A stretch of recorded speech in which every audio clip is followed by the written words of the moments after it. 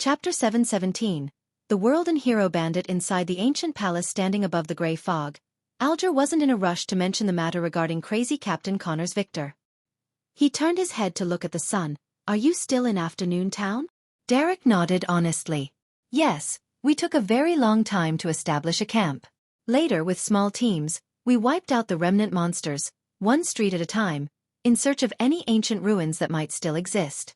Although this process is slow, it's sufficiently safe."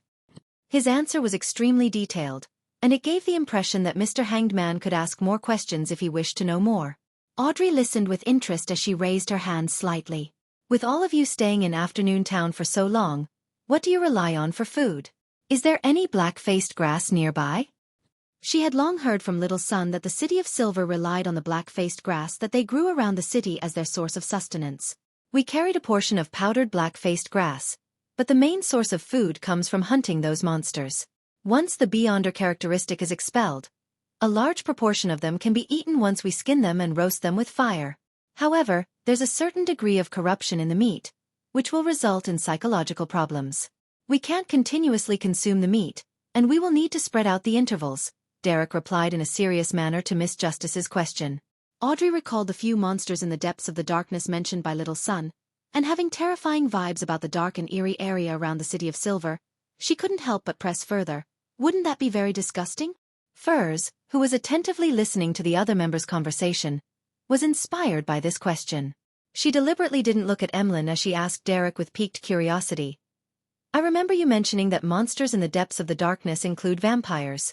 Their bodies run with pus and are extremely ugly. Then, how would you consume vampires after killing them?" Emlyn, who heard the question, forgot to correct her by informing her that sanguine weren't vampires. His expression turned livid as he felt an inexplicable feeling of indescribable horror.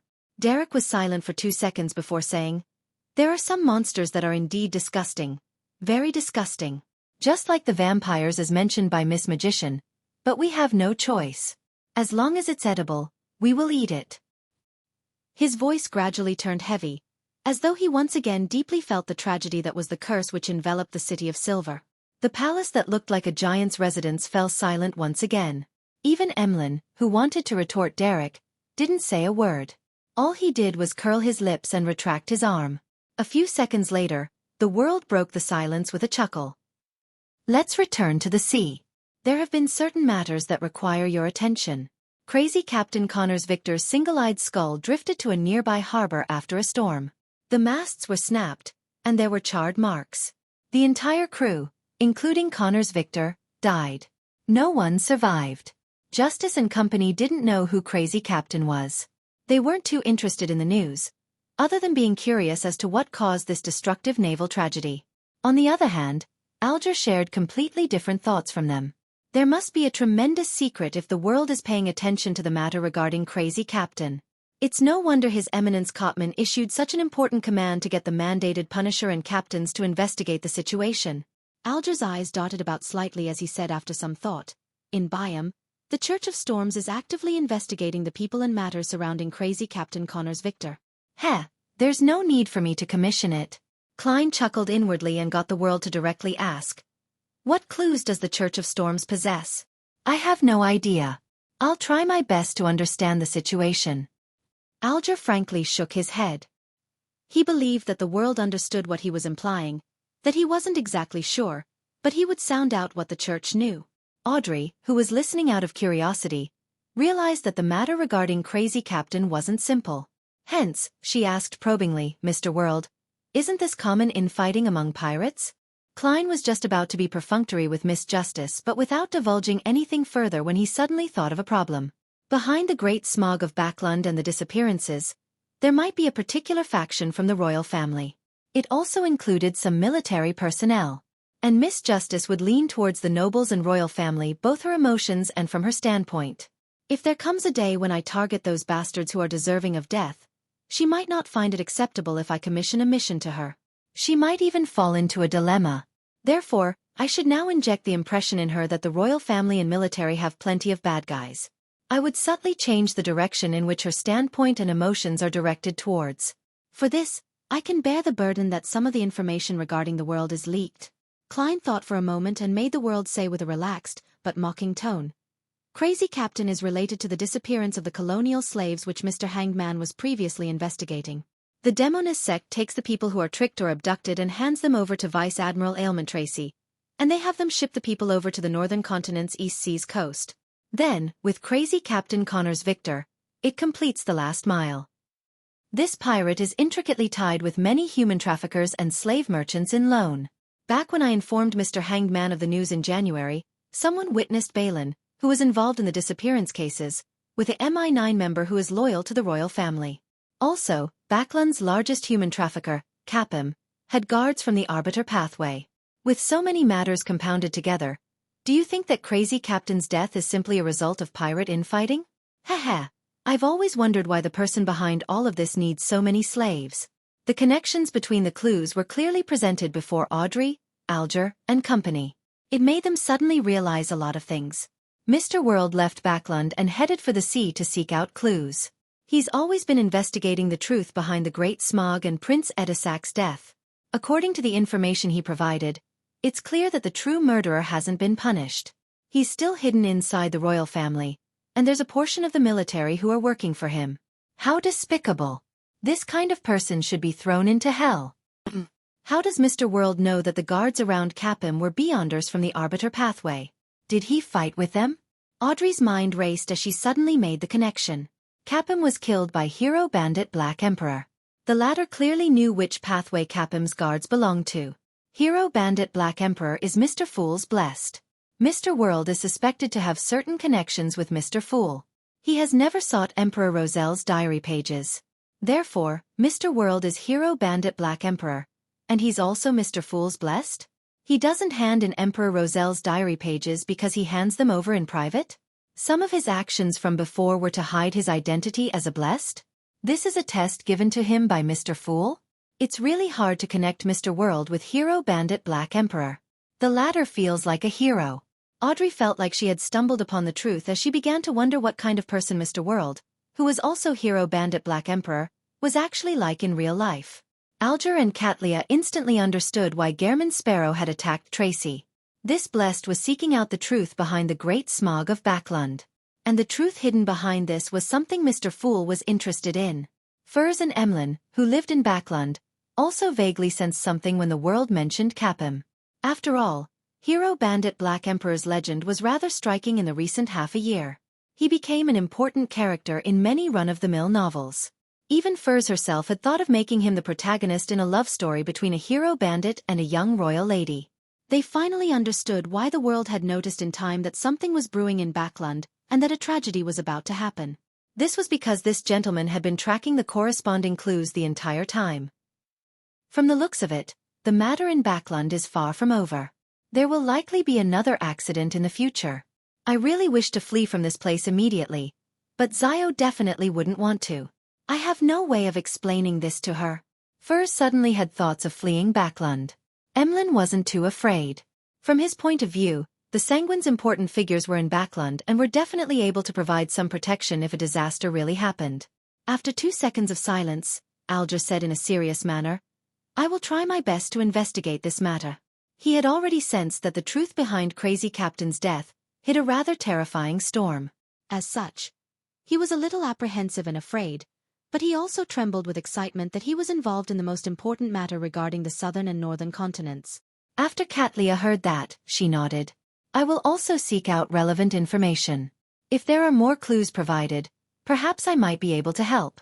Klein thought for a moment before letting the world speak frankly. On the night of Crazy Captain's death, a high-sequence Beyonder suspected to be from the Black Emperor pathway appeared on his ship. However, this demigod managed to escape before John Cotman arrived. Black Emperor pathway. Demigod. Alger and Katlia ruminated over these phrases as they considered an angle of attack. Audrey and company were astonished that the Tarot Club had discussed the development of demigods to something directly involving demigods. The cases that they were involved in were really increasing in level. As for Derek, he didn't understand a thing. With Crazy Captain's matter coming to pass, Katlia glanced at the world before deliberately mentioning her tidbit. Another incident happened at sea. Last week, the crazy adventurer Gehrman Sparrow hunted the second mate of the King of Immortality, Slaughterer Curtius. He was a sequence 5 Beyonder. How impressive, Furs, who was only a sequence 8, sighed from the bottom of her heart. She knew very well what it meant to be a sequence 5. Yes, he really is a legendary adventurer, Audrey echoed. Emlyn turned agape before he closed his mouth. He felt that he was still a distance away from that level. Alger said without any signs of unrest, "It's because of this that the investigation of Gehrman Sparrow's origins has become an important mission of the various major organizations." "Are you implying that the Church of Storms has gotten you to investigate me?" Klein instantly read in between the lines as he made the world chuckle. "I wonder where I can claim this commission? I wish to use some unimportant information in exchange for money. I have some understanding of Gehrman Sparrow." "Oh, Mr. World is hinting that he doesn't mind me exchanging what appears to be important but, in reality, is actually meaningless information regarding Gehrman Sparrow in exchange for rewards and trust." The Hanged Man nodded in enlightenment. The free exchange continued for a while until Derek finished learning this week's list of ancient Hermes terms before everything came to a close. After he watched the bowing Miss Justice and company leave, Klein cast his gaze onto Grozel's travels. Chapter 7:18. Characters in the book. Not finding himself overly exhausted, Klein rubbed his temples and beckoned over a tiny metallic bottle from the junk pile. Inside it was a tiny tube of blood that he went through great effort to extract from his vein, and he had long brought it above the gray fog. It was only waiting for the opportunity when Klein would use his spirit body to enter Grozel's travels to explore the book world. After opening the cap, Klein wasn't in a hurry to smear the blood over the book's dark brown cover. Instead, he summoned all the items from the junk pile that he had brought to the mysterious space before the tarot gathering, and he spread them out in front of him. In consideration of how the Black Emperor's form was too eye-catching, and with him not too certain of the exact situation in the book world, Klein decided against bringing the card of blasphemy. Instead, he used Azek's copper whistle to fortify his spirit body to prevent himself from failing to return above the gray fog before being instantly killed by some unknown power. As the ancient and exquisite copper whistle fused into his body, Klein's spirit body swelled up and became more corporeal. 2 pitch-black flames flared out from his eye sockets as though they possessed a life of their own. With the help of cogitation, he adjusted his spirituality, converging the iciness that stemmed from the aspect of death within his body. Soon, his eyes returned to normal. This was like an evil spirit taking on an ordinary form to lure prey into its proximity. Right on the heels of that, Klein wore creeping hunger and held death knell while he hid the nightmare beyonder characteristic in his body. The latter was prepared for him to seek out any abnormalities when exploring the dreams of the living entities in the book world. After completing all his preparations, he poured a few drops of blood and smeared it over the cover of Grozel's travels. After a brief wait, his vision turned blurry, as though countless translucent objects were hidden within it. Following that, it turned clear. There were blue skies, white clouds, grayish-brown city walls, and passers-by. This is no longer the land of ice and snow from before, but a city that looks very normal on the surface. Klein stood by the side of the dirt road as he observed the residents of the book world. He discovered that most of them wore linen shirts, a short brown coat, and loose dark-colored trousers. Their overall style was akin to that of the Lone Kingdom centuries ago. He looked down at the format of the tailcoat, starched shirt, and damaged dark red bow tie as he silently changed it all out. Instantly, he was no different from the people around him. He then walked to the city gates in preparation to enter. At that moment, a leather-vested soldier at the gate stopped him. "Entrance fees. 1 little. Do I look rich?" "I don't even know what a little is." Klein mumbled inwardly, amused. He then communicated with him at a spiritual level, successfully transferring the soldier's attention onto a merchant caravan behind him. As a quasi-wraith who could possess anyone and control them, exerting a psychological influence on others was nothing extraordinary. It wasn't a particularly potent ability, but it was extremely useful against ordinary people. When Klein entered the city, he walked through the streets in a seemingly relaxed manner, but he inwardly remained wary. He felt that public hygiene was slightly better than Backland a few years ago. It appeared to have a mature sewage system, preventing the situation of any waste and trash being dumped. "I couldn't tell that this is an illusory world inside a book at all. Everyone has spirit body threads." Klein proceeded forward as he observed. Suddenly, he noticed a stone building that was more than 10 meters tall to his side. It only had 2 stories, and the top of the door was about 4 meters tall. Beside the building was a signboard. It was written in a language that was completely different from any of the outside world's languages, but Klein instantly understood what it meant. Pesot Blacksmith Guild. There's a blacksmith guild. This place really hasn't entered the age of steam. Just as Klein was feeling poignant, he saw the door creak open, and out walked a giant with 4 long limbs. The giant's skin was grayish-blue, and his head had the trademark single vertical eye. In his hand was a huge and heavy sledgehammer. He walked across the street with his lips curled. The humans walking past him didn't show any fear, as though it was a common sight. They even greeted the giant. "Good afternoon, Grozel." Grozel. Klein, who was rather face-blind to giants, had his pupils constrict. Only then did he realize the familiarity. He was just about to chase after them when he discovered that the giant had turned into another street, vanishing from his sights. Klein stood on the spot, silently observing the intersection as he came up with a few guesses. There's another Grozel in the book world? No, the ending of the travels is that Grozel died in battle in the Nation of Frost. This is another story? Filled with all kinds of questions, Klein wasn't in a rush to find Grozel. He turned and entered a bar by the side of the street. Such places were often the places with the most messy and multifarious information in a city. It aided him in quickly gaining a grasp of the entire situation. The bar's lighting was dim, and the ventilation wasn't the best, making the air appear somewhat turbid. At that moment, there weren't many customers drinking. Most of the people were by the bar counter, chatting happily with each other or the bartender. Klein slowly walked over when his gaze froze. He saw a man wearing a black pointed hat and an asymmetrical coat by the side of the bar counter. He looked pretty handsome with his flaxen-colored hair, deep brown eyes, a high nose, and thin lips. He was none other than the Solomon Empire Viscount, Mobit Zoroast. Upon seeing him, Klein recalled the scene of the Dream Stealer's rapid aging before he collapsed onto the ground as he struggled to crawl towards elvish songster Ciata's and grabbed her hand. All of that remained clear as day, as though it had just happened yesterday. Yet, Mobit had once again appeared before his eyes. Klein's expression grew heavy as he walked over and sat beside Mobit. He didn't say a word, as he knew that Mobit was one to start a conversation. "Outsider, first time in Pesot? I swear I've never met you before." Mobit put down a cup of distilled liquor as he turned his head to the side. "I come from the Nation of Frost." Klein randomly cooked up a story. Mobit immediately laughed loudly. "You're a funny one. This is the Nation of Frost, but of course that was many years ago. Ever since the King of the North was killed by a bunch of adventurers, no, heroes, this place is no longer plagued by ice and snow. Everyone believes that it should be called the Nation of Neverwinter." Klein fell silent without responding. "Why so serious? It looks like you have your own troubles." Mobit rapped on the wooden bar counter, showing signs of sympathy.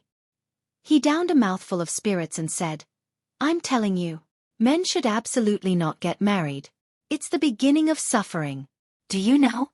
When she gets worked up a little, she would beat me up. When she's happy, she beats me up. Same when she's embarrassed or angry. Anyway, she beats me up for any reason. From this very moment, I've decided not to return home again." "Does this mean you got married to Ciata's?" Klein kept silent for 2 seconds as he sized up Mobit's face. He discovered that there were no signs of bruises and swelling on his face. This meant that the elvish songster knew that men needed to put on appearances. He asked with a sigh, "Then why did you marry her?" Mobit was taken aback as he smiled wryly. "I came here with a merchant caravan. When I first saw her, she was just that beautiful. Her singing was moving and seemed to hide indescribable sorrow. Heh, I'm as afraid of her now as I was infatuated over her back then. I definitely won't return. Hey, why do you seem a little sad? You don't have to be sad for me. I'm already free." At that moment, the door to the bar suddenly opened as a beautiful female voice shouted, "Mobit, come out here. I'm counting from 10. Never come back if you don't come home. 10, 9. Mobit immediately jumped up and ran to the door. As he ran, he muttered, "I know you don't have any patience. You always jump to 2 after counting to 8. Klein turned his body and saw Ciatas's figure, but he no longer had the intention of communicating with her. The real Mobit and Ciatas were already dead. The ones living in the book world were just 2 characters. Standing up and leaving the bar, Klein came to a nearby deserted alley. He planned on confirming the kind of spirit world this world had. He quickly outlined spherical lights in his mind as his thoughts gradually emptied out and his body and mind became tranquil. As his spirituality spread out bit by bit, several indescribable illusory figures appeared around him. However, up high in the sky, it lacked the 7 lustrous brilliances of different colors that contained endless knowledge. The 7 lights don't exist here. The number of spirit world creatures here are lacking. This place is indeed a fake spirit world created by the book. Klein took a step forward and found the colors in his vision saturate to the extreme as it overlapped with the obvious differences. He wasn't in a rush to explore the spirit world. He exited it and began window shopping through Pesot and chatted with others. Before long, he found Grozel's residence. The giant ran a blacksmith shop. He was taking an afternoon nap on a huge bed on the 2nd story. Klein directly entered by passing through the wall and came to Grozel's side. He observed the giant for a few seconds and took out the Nightmare Beyonder characteristic from his spirit body. With some difficulty, he used some of its powers that it came naturally equipped with. Deep, serene darkness quickly spread as it instantly enveloped Klein and Grozel. And in a spirit body state, Klein directly saw a blob of irregular hazy spherical light. His spirituality immediately emanated over and touched the spherical light. All sorts of scattered scenes instantly flashed past around him before fixating on a forest with towering but withered trees. On the other side of the forest was a mountain and steep cliffs. At the top of it was a magnificent palace. The palace was huge and opulent, and it didn't seem suitable for humans. It gave him the impression like it was from a myth as the light of dusk that scattered above it seemed frozen. Klein had seen this palace before. It was the giant king's court that had appeared in the dream world of the battlefield of the gods. However, this angle was completely different from before. He was situated behind the king's court. Chapter 719. Dream Tour. Klein turned his gaze to the forest where light could hardly penetrate through its denseness, having gained a rough idea of where he was. This was the waning forest which Grozel guarded when he was at the giant king's court. The trees in the forest were tens of meters tall, and the thickness of the trees was the arm span of several giants. However, their barks were mottled with signs of rot everywhere. The leaves and twigs were mostly withered and dropping as they interwove with each other like a dark cloud floating in midair. Grozel and similar-looking giants guarded the boundary of the forest, either carrying axes or broadswords, fully concentrating on defending the area. According to Grozel, this waning forest has the bodies of giant King Ormer's father and mother buried in it. Apart from this ancient god, no one else is allowed to step inside, including these guards. Yes, giant King Ormer's parents should be so-called original giants, the kind that was the craziest, cruelest, and most ferocious. Perhaps. Why would Grozel have such a dream? As Klein was in thought, he suddenly sensed something amiss. According to his random conversations in Pesot, the present Grozel was a native giant who had nothing to do with the giant king's court. Therefore, having such a dream made it appear rather abnormal. From the psychology alchemist's theory which Ma'am Daly and Miss Justice have discussed before, perhaps the book world will use or clone the original character's subconscious or collective subconscious when creating a character. Then, it would make minor changes, making the consciousness fulfill the required settings. Therefore, Grozel's dream will be influenced by his subconscious, reproducing life in the giant king's court. If that's the case, it can only be said that this book is a cruel author. The moment Klein thought of this, he suddenly had an idea. He felt that this was an opportunity for him to gather relevant information on the giant king's court. He previously planned on directly learning about such matters through Grozel. But in order to keep his promise, the giant guardian had died in the battle with King of the North Ulyssen. After his spirit body left the book world, it quickly dissipated without giving him any chance of communicating. Now, he finally had another method, which was to explore Grozel's dream. There had to be parts of it that were ridiculous or exaggerated, but the remaining content had to be a true reflection of reality. As long as an approach of careful study is employed, it's not impossible to distinguish the two. Grozel never entered the waning forest, so the scenes inside must stem from his imagination. There's no need to explore it. Klein slowly cast his gaze onto the mountain where the king's court was. It wasn't tall, which meant that the waning forest was on a mountain rather close to the king's court. It was probably just a straight path from there to the ancient god's residence. Klein didn't waste time searching as he walked straight to Grozel and acted like he knew him well. He asked in a relaxed tone, "How should I return to the king's court?" He knew that Grozel was an honest giant, and he would only be more honest in his dream. Grosel raised his hand to scratch the back of his head as he looked down with a confused look. He said with a smile, "Isn't it simply by taking the barren tunnel?" He pointed ahead and added, "You'll see it when you circle around that boulder." "Thank you," Klein sighed as he said with a bow. As he watched Klein depart, Grosel scratched the back of his head again, muttering to himself in confusion, "Who is he? Why do I find him so familiar?" After circling a boulder that protruded out the mountain, the scene opened up before Klein's eyes. A gigantic cave at least 30 meters tall appeared. Erected outside the cave was a stone stele. Engraved on it was a single vertical eye, a high nose, and plush lips. It looked like a giant's head had been squeezed in to reveal the frontal facial features. Just as Klein approached, the mouth on the stele opened. "Why are you returning to the king's court ahead of time?" "By His Majesty's orders," Klein said in an unflustered tone. After all, the intelligence level of all the living beings in this dream was equivalent to the owner of the dream, Grosel. The lips on the stele opened and closed as it let out a humming sound. "Please answer a question. Otherwise you shall not pass. If only I brought along a Rhodes, it should be rather fun to see what happens." Klein lampooned as he calmly nodded. "Okay." The stele's lips closed for 3 seconds before opening. "If your wife, daughter, and a woman you covet ask you to judge which of them is most beautiful, who would you choose?" This is completely different from the magic mirror style. Klein's lips quivered as his mind raced. Using nearly 10 seconds, he answered, "My intelligence is insufficient to determine this matter. I will assign someone who is more intelligent than me to give the answer." "How can I answer something that can get me killed?" He gritted his teeth as he added, "Who is this more intelligent person?" The giant's face on the stele froze for a few seconds. Klein solemnly answered, "Of course it's our king." The stele was shocked beyond words. It took quite a moment before it said, "All right, I'll consider it as you answering the question. You may pass."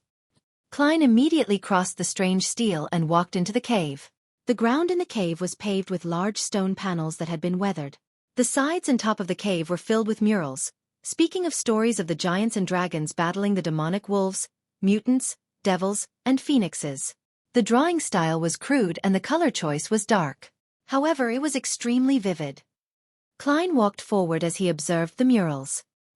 He discovered that there were swaths of withered weeds, as well as all kinds of coarse gravel in between the stone panels and the bottom of the murals. And the lack of water and the decline of life became more apparent the deeper he ventured inside. After walking for an unknown period of time, Klein saw a huge grayish-blue open door. Standing on each side of the door was a 4 to 5 meter tall giant. The giants guarding this place were different from Grosel and the others. They wore solid and beautiful iron-black armor and firm, exquisite helms. They looked like 2 huge statues. They didn't stop Klein and allowed him to pass through the door and enter the hall within. The hall wasn't too spacious. The ends of the hall could be seen clearly, and it could probably only hold 5 to 6 giants. As Klein was observing his environment, he suddenly halted. Then, the hall seemed to be pulled up by an invisible hand as it quickly rose. He staggered a little before finding his footing. All he saw were grayish-black walls flashing by as they kept sweeping downwards. In about 10 seconds, there was a thud as the hall stopped ascending. At this moment, it wasn't the cave tunnel outside the door, but a magnificent palace propped up by stone columns. Klein briskly left the original hall as he sized up his surroundings with piqued interest. "This is the giant king's court's elevator? This seems to be the place where the guards live." Outside is a long table taller than humans, with extremely large chairs. On the 2 sides are rooms, and inside them are neatly ordered beds. Klein swept past the various items in the hall before he stopped at a mural. The mural's main character was a giant dressed in full-body silver armor. As there was nothing to scale, Klein was unable to know exactly how tall he was. The giant stood by the side of a cliff, with a sword in hand pointing diagonally upwards. His body emitted a bright halo, like a rising sun illuminating the surroundings. Many giants were genuflecting around him, as though praying or worshipping him and awaiting a bestowment. The giant king's son, god of dawn, Bad Heilbrunn? Klein looked at the face of the mural's main character in thought, and he saw that his face was blocked by a mask. There was only a dawn-like halo coming from his eyes. It's very similar to the god of combat statue in the Backlund underground ruins. His face is completely hidden behind a mask. Queen Mystic said before that the god of combat is a giant who lived from ancient times. Therefore their church's headquarters, the Great Twilight Hall, resembled the Giant King's court. Could it be the son of the Giant King? God of Dawn escaped the destruction of the king's court, and at a certain point in time, he managed to retake the authority wielded by his father? Klein made a bold guess, but he lacked any evidence or clues.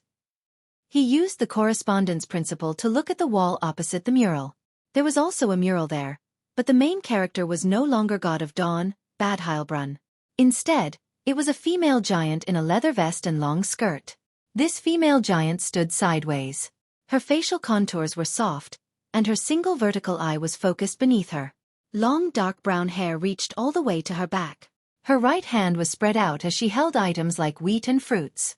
Around her were golden fields, clear lakes, and trees covered with fruits and colorful mushrooms. Giant Queen, Goddess of Harvest, Omabella? Klein looked around, but he didn't see the mural representing Giant King Ormer. There's no depiction of the ancient god because this is the residence of remote guards? Then, going out from here will likely be the interior of the Giant King's court. Klein carefully walked to the door. He used the method he employed in the dream world of the battlefield ruins of the gods by activating creeping hunger and using the strength of a zombie to open the door. However, there wasn't a palace in the frozen dusk that he had imagined outside. Instead, it was a gray, hazy world. It appeared to be a cliff with a bottomless pit.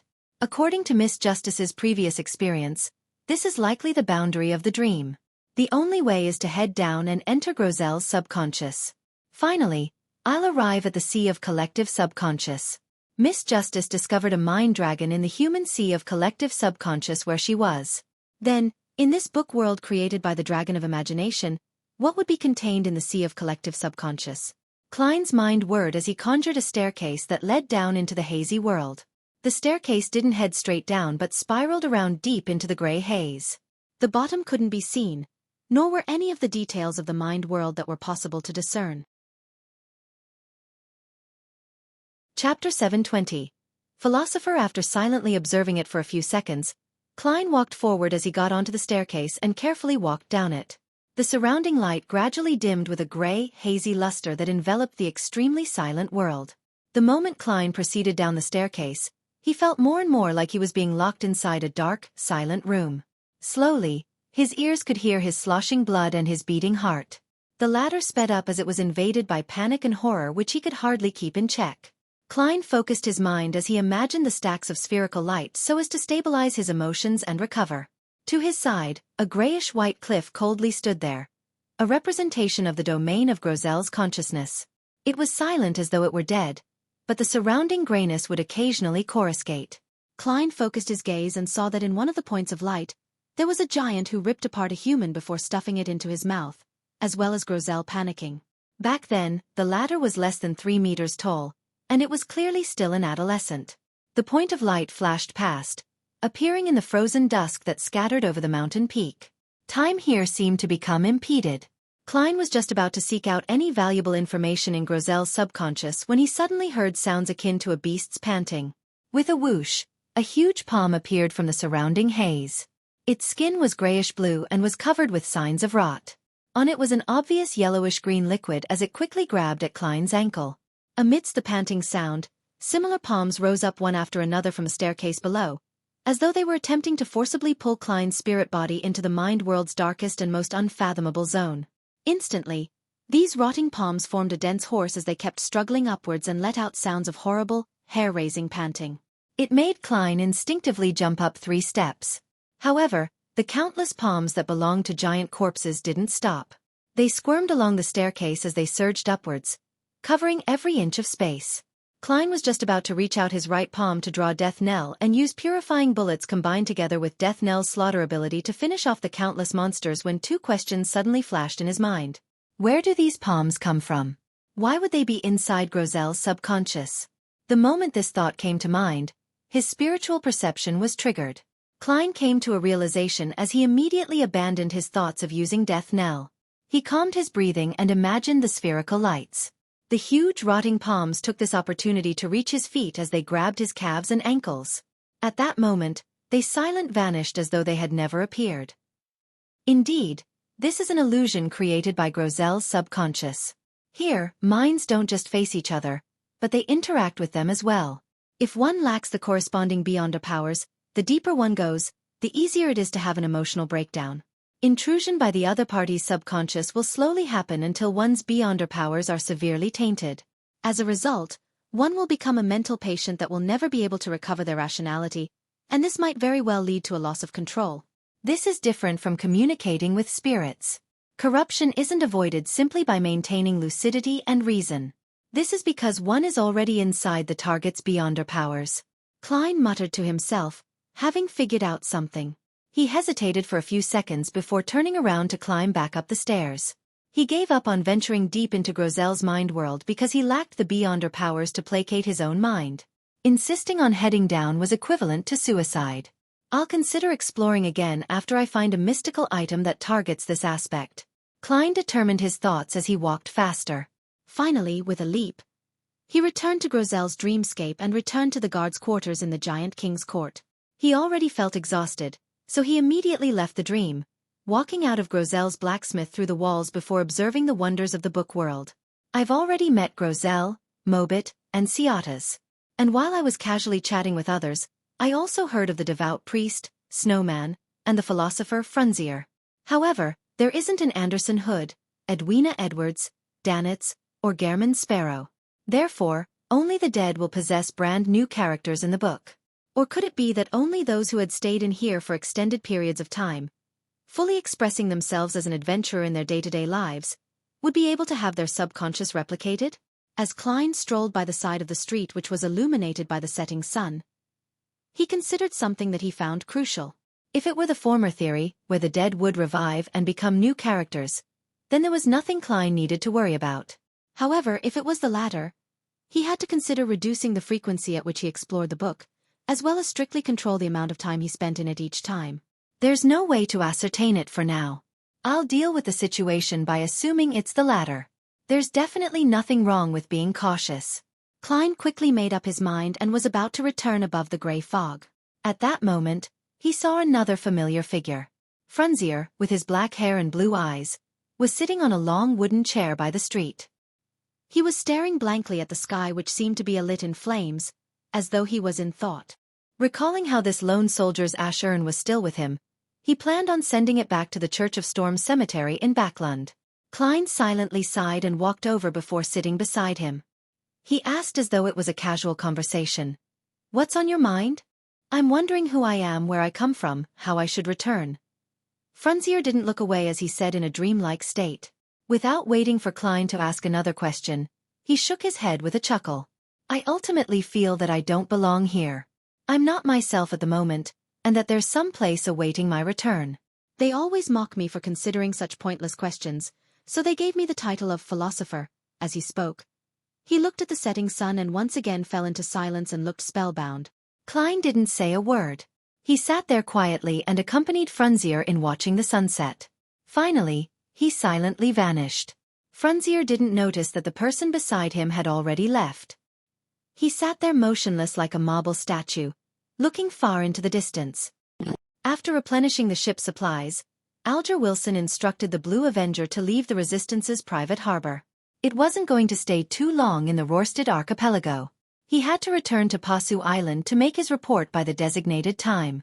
At that moment in the captain's cabin, he was watching in anticipation at the illusory door that was formed by items with spirituality and a burgeoning flame. It was the door of sacrifice, and it was also a door of bestowment. Amidst an illusory creaking sound, the mysterious door slowly opened, revealing an infinite depth and darkness within its interior. Light shot out from within before converging immediately. After everything calmed down, 2 items had appeared on the altar at some point in time. As for the door with all kinds of strange symbols, it was gone. Alger was able to compose himself as he seriously thanked Mr. Fool. He finished the ritual according to the procedure before reaching out to pick up the 2 items. One of them was a piece of paper that had been neatly folded, while the other was a translucent jellyfish that had azure blue seawater in it. Alger inspected the latter and discovered that there were occasional vortexes formed by winds or occasional lightning streaks. And from time to time, he could hear a distant moving voice sounding from it. This voice sounds like a woman's. From the looks of it, this characteristic's owner was a lady. Alger couldn't help but heave a sigh of relief. This meant that it wasn't some quasi-high-ranking member of the Church of Storms that had been killed. The Church of Storms didn't have any female high-ranking members, quasi or not. Putting away the ocean songster's beyonder characteristic, Alger unfolded the piece of paper. He swept past the main ingredient, and he quickly looked at the supplementary ingredients. Finally, his eyes paused at the ritual. To him, the main ingredients were unimportant with a beyonder characteristic in hand. He could look at it later. As for supplementary ingredients, they were rather easy to find, so they didn't need much attention. It was the ritual that was of utmost importance. Drink the potion in an Obninsk's belly. Alger silently read the ritual's contents as the corresponding information quickly surfaced in his mind. Obninsks were ancient sea monsters. They could directly devour a sailboat, and it had a humongous, distorted body. It had as many as 3 heads and many tentacles that entangled with each other. They were the protagonists in many legends at sea. Most of these sea monsters were tamed by the Church of Storms. They had a fixed region of activity, but it was unknown if they had near-human intelligence. It's no wonder the Church controls Obninsks, and not other sea monsters. It's no wonder there are so many beyonders in the sailor pathway among pirates, but only a few can reach Sequence 5. Either they directly inherited it, or they're the subordinates of King of the Five Seas or Queen Mystic. Then, where should I find Obninsks that don't belong to the Church?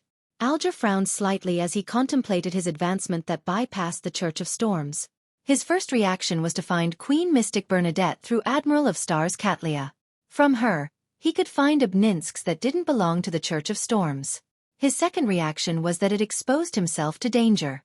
This was because the corresponding Obninsks were likely servants of Queen Mystic, and they would report everything to their mistress. Yes, this will be the last resort if there aren't any other choices. Alger's thoughts raced as he quickly had another idea. That was to pray to Mr. Fool. This reawakened existence secretly wielded the former authority of sea god Kelvetua. He could commandeer undersea creatures, allowing him to know where to find Obninsks that didn't belong to any faction. There's no need to rush it. If I were to advance now, I won't be able to hide the advancement from others, because of my lack of control over the spirituality dissipation. I can perform the prayer after I make my report and leave Pasu Island.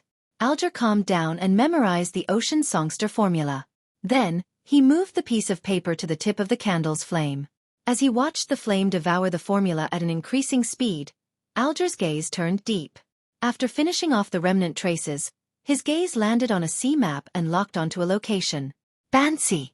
Alger had planned on making a trip to Bansi in passing while en route to Pasu Island. He wanted to know what the present state of the harbor was. He had already shared his thoughts with his sailors, and no one objected. This was because they were equally curious as to why Bansi Harbor was suddenly destroyed. They were curious what it had turned into. Chapter 721. Klein's Guidance on the Future. Frank Lee rolled up his sleeves and began flicking his fountain pen while writing with a smile. My dear friend, Gairman Sparrow, I have good news for you. I have successfully cultivated a new breed of mushrooms by using the flesh and blood of a rose bishop. As long as there's fish, it will keep growing. We'll no longer have to worry about not being able to eat mushrooms due to long voyages. Furthermore, it has been crossbred with beef, making it taste excellent. Its only flaw is that there's no way to make it catch fish by itself. External help is needed, but I don't think it's too big a problem. After all, based on what Nina said, it wouldn't corrupt the ocean. Well, let's just pretend she's right. I've mailed you some dried mushrooms. As long as you give it water and fish, they will immediately become normal and reproduce by themselves. I hope you will like my gift. After going on and on, Frank finally folded the letter and placed it in an envelope. He stuffed 3 dried mushrooms into it before applying glue and sealing it. After doing all of this, he took out the note Klein had given him, followed the description written, and began to seriously prepare the ritual needed to summon the messenger. This wasn't complicated for Frank, so it didn't take long for him to set up the altar and create a wall of spirituality. Finally, he solemnly placed a lone gold coin before the candle. He lit the candle, softly chanted the incantation, and stared at the flame. He watched it burgeon as a headless woman walked out with 4 heads in hand. Frank first jumped in fright before staring at Rionette Tinker's 4 beautiful blonde, red-eyed heads that looked identical with patience as he muttered. How was it done? Why are they completely identical? If planted in soil, will more be grown? The eyes of the four heads held by Rionette Tinker turned in different directions before uniformly falling on Frank Lee's face. Suddenly, the soil stored inside all kinds of vessels within the room flew out and piled before Frank. Following that, Frank floated up as he tumbled in midair with a shocked expression. He was thrown straight into the pile of soil with his head first. His legs kept struggling as they dangled outside, but he was unable to pull himself out of the soil pile anytime soon. Only then did two of Rionette Tinker's four heads reach out forward, separately biting down on the letter and the gold coin. Only after she completely disappeared did Frank Lee finally find the best spot to exert his strength to escape the soil as he fell to the ground. She's powerful. Frank first sighed with a sense of lingering fear. Following that, he wiped the soil beside his mouth, bit into it, and chewed on it carefully before muttering to himself, "It's a bit sour." At that moment Katlia, who had just finished a sacrifice in her cabin, sensed something. Her dark purple eyes subconsciously looked towards Frank Lee's room, and she vaguely saw a crudely made illusory doll. The doll didn't have a head. The scene flashed as Katlia closed her eyes immediately. She felt her eyes were burning as she couldn't help but have her tears flow out. She knitted brows little by little as she muttered in disbelief, "Ancient Bane?" After sending the meteorite crystal and black hunting giant lizard spinal fluid to Miss Magician and Miss Justice, Klein returned to the real world. He lay himself down on a reclining chair as he allowed his body to rock gently. He began considering where he would head to next. With news of Gairman Sparrow's sighting and crazy Captain Connors Victor's matter, it's unlikely that the pirates will openly appear in Byam for some time. They've either left the harbors or are hiding themselves, making it difficult for others to find them. That is to say that there's no need for me to stay here. The matters regarding the resistance can be directed by responding to them through Sea God or by going through Danitz. I'll head to the seaweed bar later. I'll get a fake identity, buy a scalp ticket, and head for Desi Bay's Conant City. That's not only the biggest harbor around here, but it's also Davy Raymond's hometown. I previously agreed to this Red Glove's request when I released him from creeping hunger that I would pay this beautiful bay city a visit and tell his daughter that revenge has been exacted. Yes, I'll also think of a way to return the Nightmares Beyonder characteristic to the church. Haha, how hypocritical can people be? I'm planning on returning a nightmare characteristic while also planning how to steal a sealed artifact from behind St. Samuel Cathedral's Chinese gate.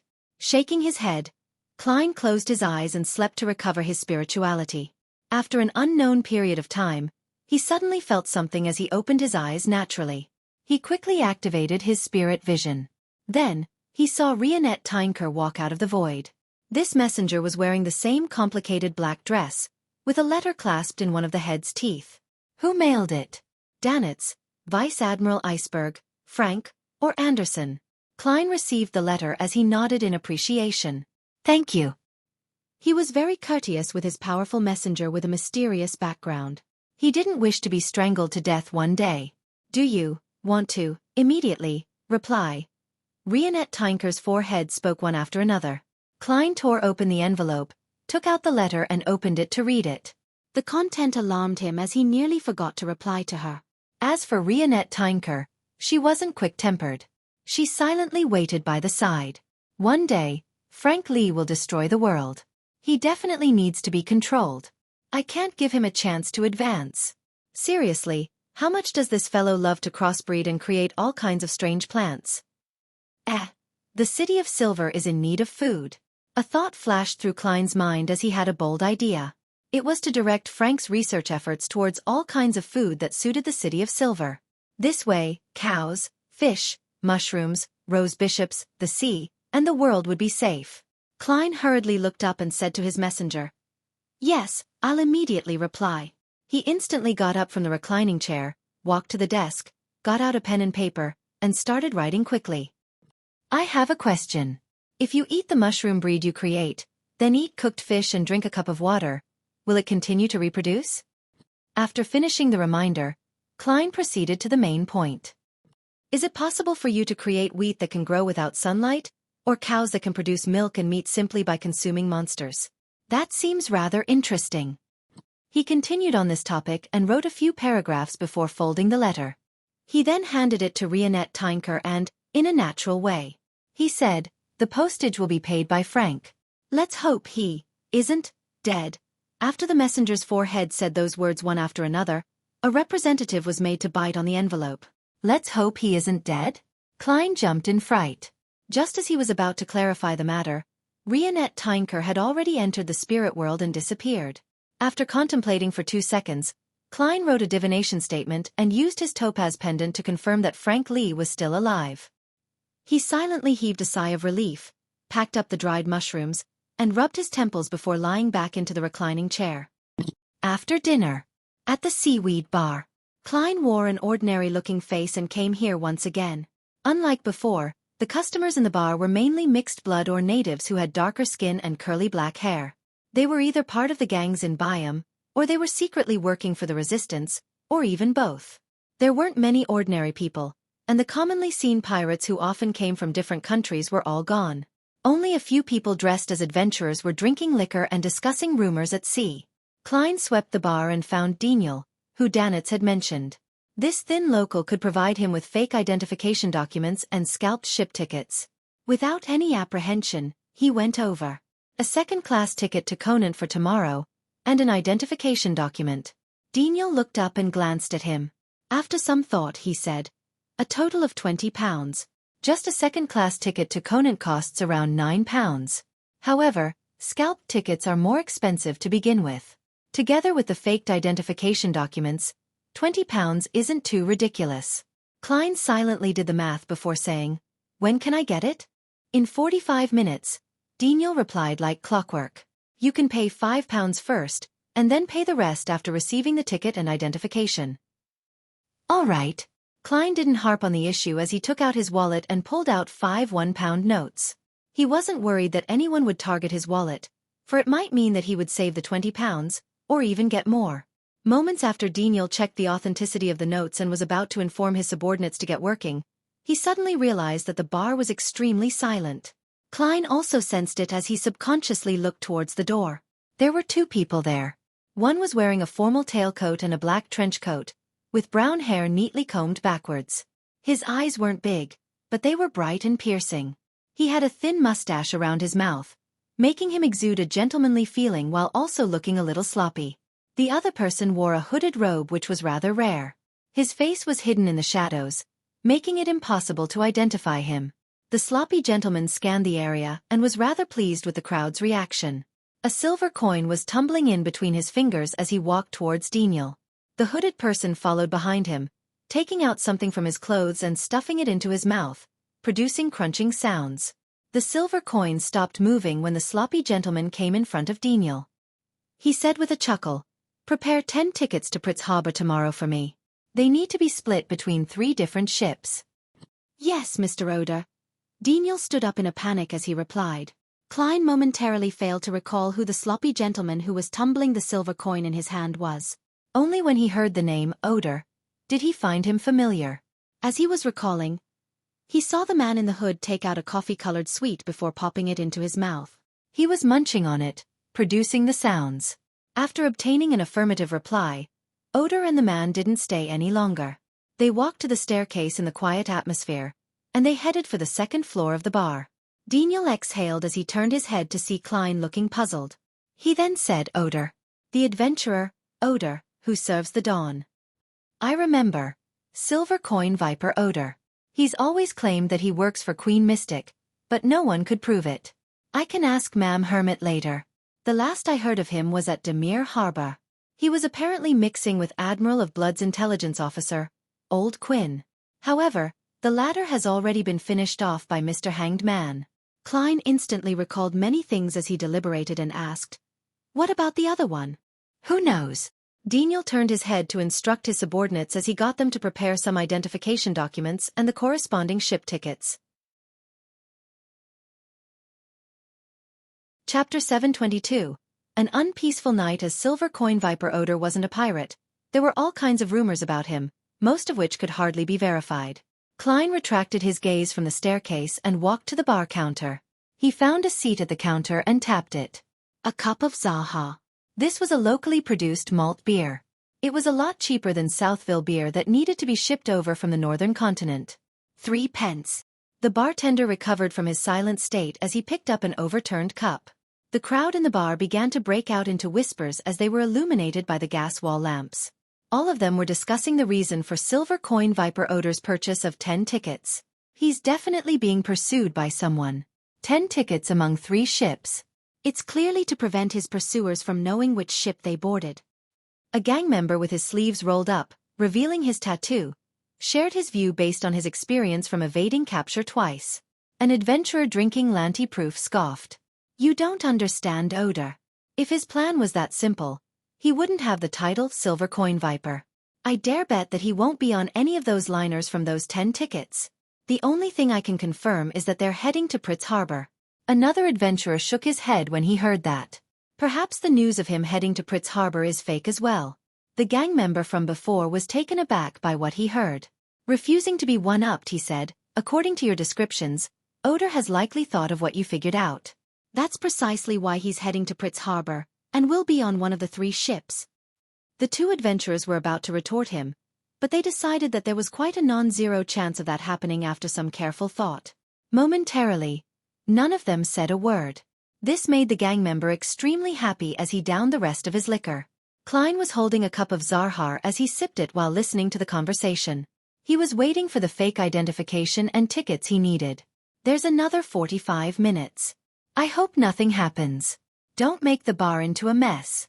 He silently prayed as he drew the crimson moon inwardly. The light yellow beer slowly dropped in volume while Klein would look at the wall clock from time to time, or at the entrance, hoping that time would pass faster. Half an hour later, the door to the bar was suddenly opened with a loud thud as the evening wind gushed in. No way. The corners of Klein's lips twitched as he held back his urge to smile wryly. He turned his body to look at the sound. Standing by the door were 5 people. Their leader had black hair and brown eyes, with recessed facial features and cut facial contours.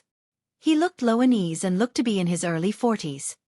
His expression was cold and he exuded a natural air of dominance. It made everyone in the bar quieten down without realizing it. And the 3 men and the woman behind him were in trench coats.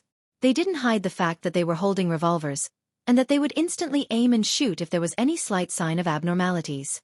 I don't know them. They aren't on any wanted list or have any bounties on them. Klein mumbled to himself as he maintained his state as a spectator. The 5 intruders suddenly scattered as they came before different customers, bent their backs slightly, and looked at them before asking, "Where is Silver Coin Viper Odor?" The customers were hesitant to give an answer when they saw the black muzzle pointed at them, along with the handle made of ivory and ebony which exuded a strange sense of beauty under the lights. They went to the 2nd floor. The customers who had been asked nearly pointed to the staircase in unison. Someone is really pursuing Odor. This is an act against Queen Mystic, or has Silver Coin Viper done something himself? Or could it be because of the mysterious hooded man beside him who was eating sweets? Klein drank another mouthful of beer as he saw the intruder send 4 people up to the 2nd floor. One was left behind to continue questioning the customers. Soon, the latter grasped the situation of Odor's request to purchase tickets from Daniel. Immediately, the person walked straight to the thin and dark-skinned black marketer, and he asked in a heavy voice, "Tell me honestly, where is Odor heading with those tickets?" Daniel didn't put on a front just because of his social connections. He forced a smile and said, he didn't make it clear. He requested for 10 tickets that are to be distributed across 3 different ships. The departure date is set for tomorrow with the destination being Pritz Harbor. For real? The questioner was a seemingly radical man in his 20s. Daniel softly replied, "You can ask anyone here." All of them heard it. Dogs hit. The man shoved Daniel angrily as he turned to walk towards the other customers. Daniel staggered backward and was about to fall and hit his head onto the side of a tiny circular table when he suddenly felt an additional force on his shoulder. Instantly, he regained his balance. He subconsciously looked over and saw that it was the customer who had just requested to purchase a fake identity and scalped tickets. "Thank you, those bunch of military hyenas." Daniel first thanked him before softly saying through clenched teeth. The person who had helped him was Klein. He didn't wish for anything to happen to this ticket scalper. After all, he had paid a deposit of £5. Of course, helping the innocent was also a habit of his. Military hyenas? In Biome. This description often refers to people from MI9. What did Silver Coin Viper Odor do? Klein silently asked himself as he eliminated the possibility that someone was targeting Queen Mystic.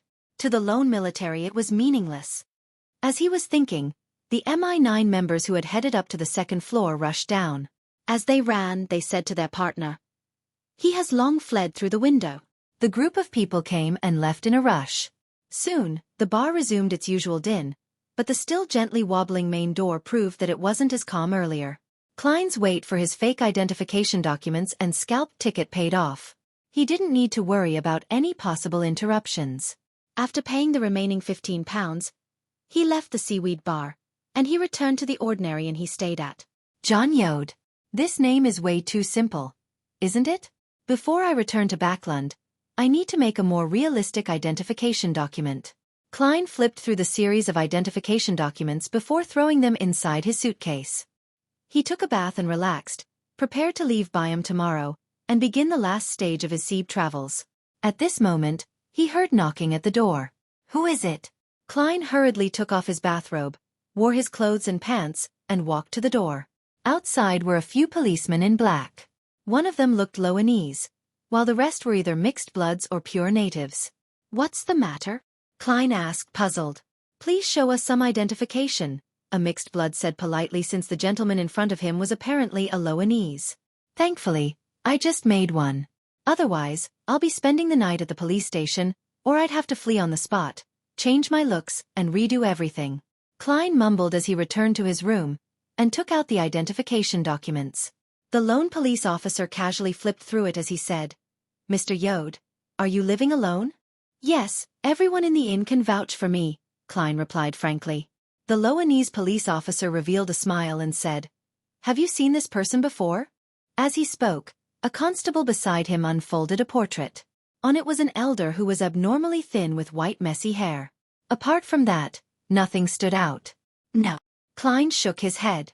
"He likes to eat sweets," the Loanese police officer added. Sweets.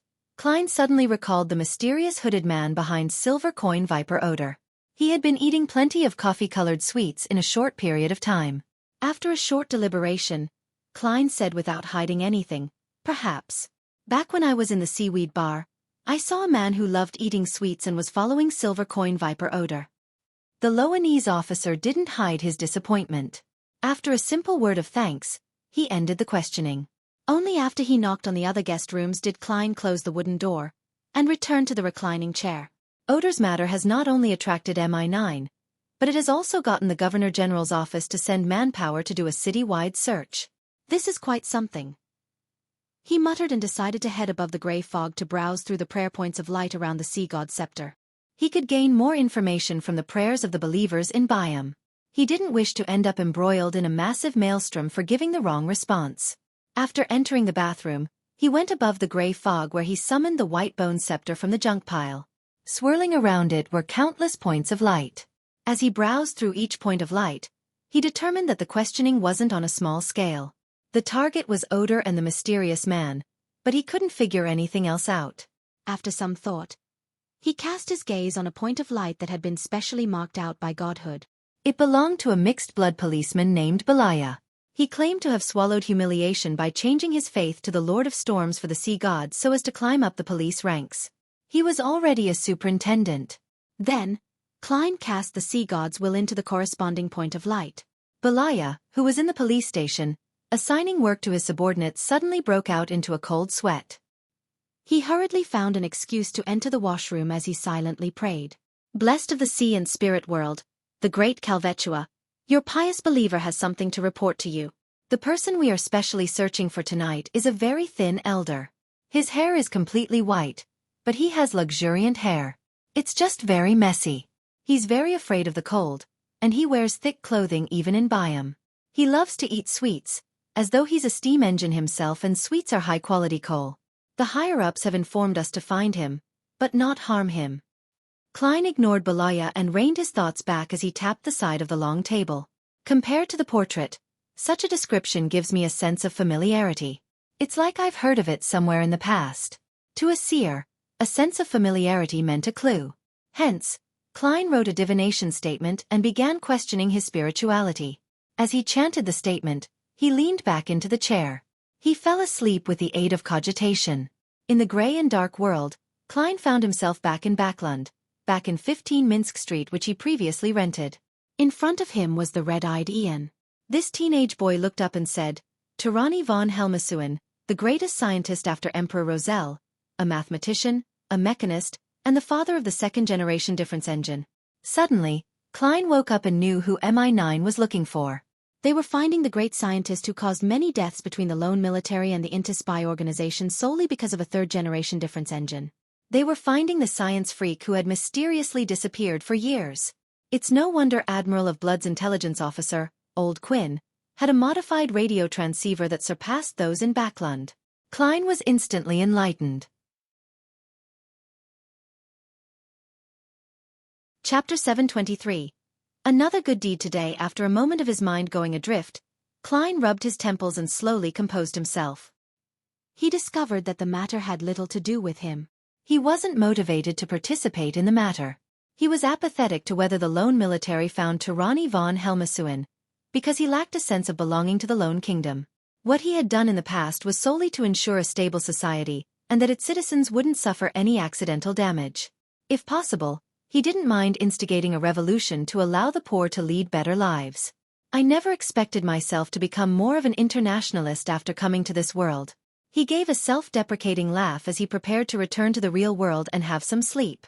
Under the cloak of darkness, he would allow the tempest outside to freely unleash its might. At this moment, his attention was caught by the biggest item in the junk pile through the corner of his eyes, the radio transceiver. Speaking of which, what is the faction controlling Tyranny von Helmasuin? It's nothing much if it's people from Queen Mystic Bernadette's side. She's a strong believer of do as you wish, but do no harm, so she wouldn't do anything overboard.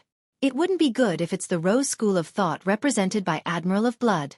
Ignoring the Temperance faction that's being suppressed, as believers of the Chained God or Mother Tree of Desire, their level of vileness can't be lower than the Aurora Order. Letting them grasp the most advanced technology available might bring about a disaster. Klein stopped his actions of wrapping his body with his spirituality. He gently tapped the edge of the modeled table. He soon had an idea, which was to bring the radio transceiver back to the real world, adjust it to the correct frequency to see if he could receive the telegrams from Admiral of Blood's crew. Then, he could use the codebook he had to decipher the communications. There will be a huge sweep of the city tonight. The matter must be at a rather important and intricate point. If the ones controlling Helmasuin are them, there's a possibility of the appearance of crucial telegram exchanges.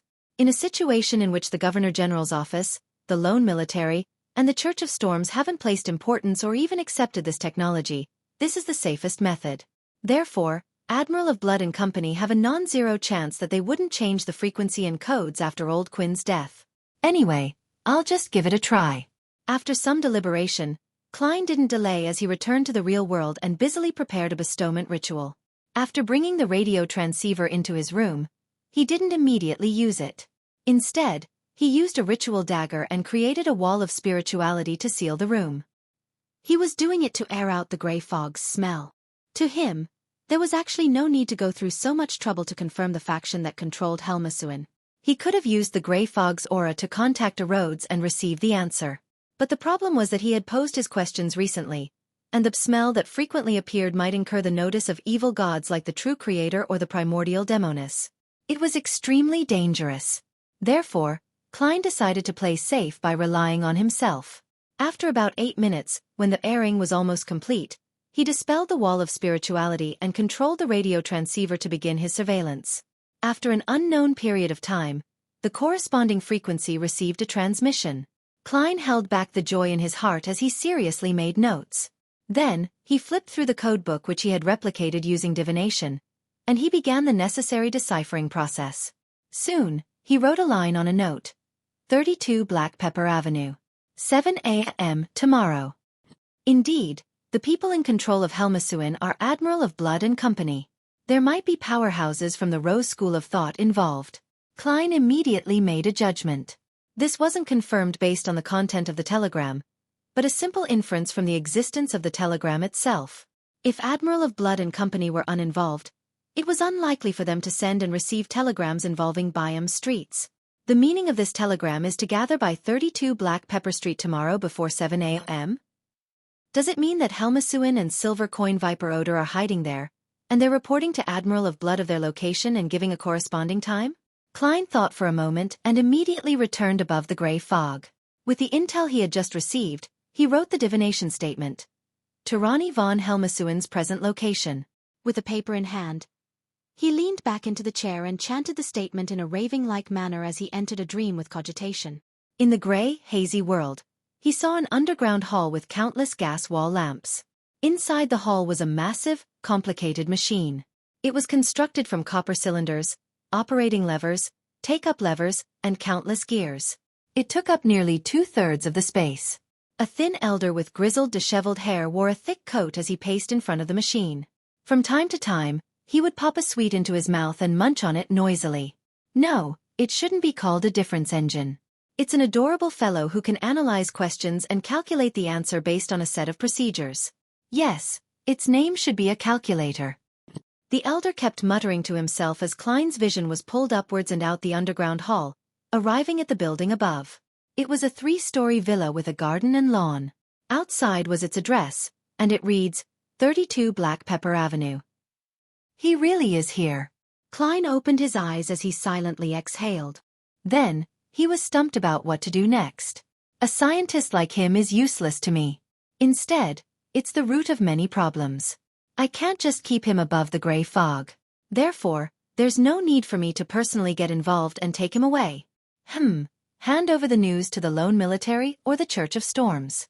This will effectively prevent the Rose School of Thought from obtaining any benefits. But there's a faction in the military that is likely related to the true culprit behind the Great Smog of Backlund. It's not a good thing to have Helmasuen fall into their hands. The Church of Storms is well known for being rash. A conflict might end up with the scientist meeting the deity he believes in. After some careful deliberation, he gradually had a bold idea. It was to make the news public. He would make the existence and location of Tyranny von Helmasuen known to the Lone Kingdom military and the churches. This could effectively ensure that the scientist's capabilities would be employed by the Lone Kingdom itself, and not any one faction. The key is balance. Klein smiled as he muttered. He then beckoned with his hand for the sea god's scepter. For the former him, he had to carefully distribute flyers across the city to make a matter public and known to all. But now, he had an even simpler and effective method. He selected a believer who happened to be praying, and then pulled his view back as the surrounding area spanning 5 kilometers entered his vision.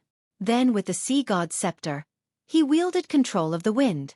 Once the wind calmed down, Klein's will sank into the scene as he changed his voice, saying with a low roar, Helmasuen is at 32 Black Pepper Avenue.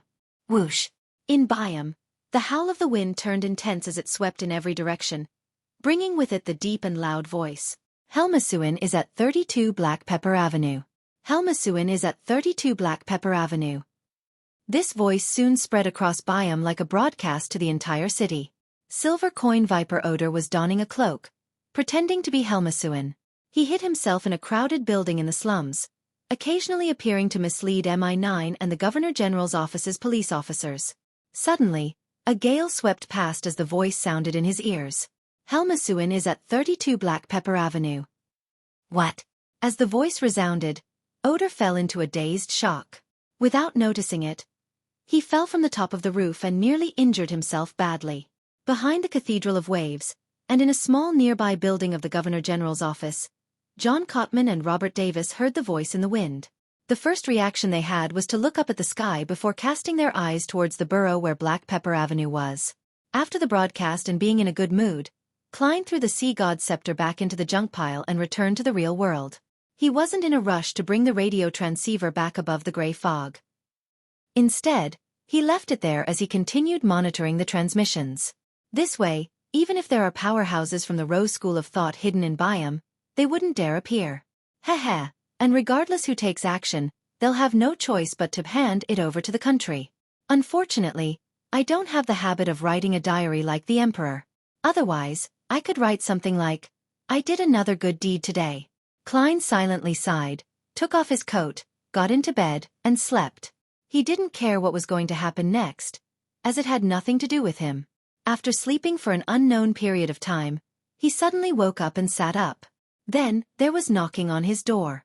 Who could it be? To knock in the middle of the night. I'm currently John Yode. Klein wore creeping hunger and took out death knell from under his pillow before coming to the door. The visitor's looks quickly surfaced in his mind. It was a thin elder with grizzled, disheveled hair. He was wearing a coat stuffed with cotton and a tweed overcoat. He was popping a coffee-colored sweet into his mouth. To Ronnie von Helmasuin. Holy fuck. Why is he here looking for me? I'm just the ordinary John Yode. Also, how did he escape the tracking of a demigod? Klein's first reaction was to tell the man that he had gotten the wrong person, but he held back and asked, "Who are you looking for?" Helmasuin smiled weakly and said, "I noticed you when we were in the seaweed bar. However, I didn't have a chance to talk to you. Heh, my life is at its end, so I recently recalled many things. Please allow me to introduce myself. You can call me Orange Light Hilarion." Orange Light Hilarion? Klein was taken aback before he asked in puzzlement, "Is there something?" Helmasuin chuckled. "I'm here to warn you. Be careful of the mother tree of desire." He paused for a moment before saying, "All right, I need to leave, and I'm about to die before returning to the spirit world. Do you have any enemies here?" "Why do you ask?" Klein asked, confused. Helmasuin coughed and said, "I can silently die at their doorstep. That way, you would have your revenge." Chapter 724. The true meaning behind the warning. Upon hearing Helmasuin's reply, Klein couldn't help but twitch the corner of his lips. He nearly froze on the spot. "My enemies aren't in Biome. Even if you were to die at Sea King's doorstep, it wouldn't be of much use." He slowly drew a breath and didn't continue the topic. Instead he asked, "Helmasuin, no, Mr. Hilarion, how did you notice me? You even came here before your death to specially warn me." This was also the puzzlement he had towards a Rhodes and Rionette Tynker. He just never had a chance to ask them. With the door in between them, Helmasuin fell silent for 2 seconds. Then he said with a smile in his tone, "There are some tiny unique traits about you. In high-level creatures of the spirit world, it's no secret. It's noticeable as long as they make contact with you in close proximity. After all, the gray fog that represents the great ruler of the spirit world is above our heads. Deities with certain unique authorities or beyonders who represent fate can also discover this point to a certain extent. Of course, the premise is that close contact has to be made." Gray fog. Although Orange Light's explanation and Rhodes's compliments are nearly identical, he is the first person I've met that directly pointed out the gray fog to me to my face. Therefore, the mysterious space is the divine kingdom above the spirit world left behind by the great ruler? Which sequence 0 pathway is this? The deities who can discover that I'm augmented by the gray fog include the mother tree of desire. So she was able to target me? Klein's thoughts bubbled like boiling water as all sorts of questions popped in his head. Just as he was about to speak, Helmasuin had continued, "In Yellow Light's prophecy, the great ruler above the spirit world is one of the variables of the apocalypse. However, I cannot be sure that you are equivalent to him. There are too many possibilities for you that allow that unique trait. For example, you being his blessed, his child, or his chosen oracle, but none of this stops me from expressing my friendship." Ahem. You know about Backland's stock exchange, right? You're like a railway company that just got listed. You seem to have a bright future ahead. Some people will naturally think well of you and purchase a certain number of shares, but there will be no lack of people who are greedy. They wish to use other means to seize this company or obtain the controlling rights. I'm part of the former, while Mother Tree of Desire and even more powerful spirit world creatures are part of the latter. Is that so? If it wasn't because the transmigrator, Emperor Roselle, who existed before me, had some level of interaction with the gray fog, and if I hadn't divined my origins in that mysterious space and received clear scenes of Earth, allowing me to recall even more of my memories, I would have suspected if I was the reincarnation of the great ruler above the spirit world. Taking everything into account from this experience, Emperor Roselle and I are more like the chosen oracles. The great ruler above the gray fog is equivalent to the celestial worthy of heaven and earth? Klein couldn't help but generate all kinds of conjectures as his mind was in a mess like a cat playing a ball of yarn. He calmed his emotions and said, "Is there any way to hide this unique trait? Become a demigod." Helmasuin suddenly coughed after answering. "Do you mind if I die at your doorstep?" "Yes." Klein didn't wish to draw the attention of Sea King John Cotman, Naval Admiral Robert Davis, and other demigods. Helmasuin munched at his sweet and said, "Then, I'll have to leave immediately, or else there wouldn't be time. After you become a demigod and have the powers to probe deep into the spirit world, we might have a chance of meeting." Klein was silent for 2 seconds before saying, "Thank you for your warning, Mr. Hilarion." Helmasuin didn't reply as he lumbered to the staircase. As he listened to the footsteps down the stairs, Klein focused. Suddenly, he had a certain theory about why Emperor Roselle had failed to enter despite discovering the existence of the gray fog. He restored that silver plate which resulted in his transmigration far after he became a Beyonder. As for me, I was already an ordinary person when I attempted the luck enhancement ritual again. Also, Emperor Roselle chose the savant pathway, while I took the seer pathway. The mysterious space above the gray fog clearly provides great aid in divination.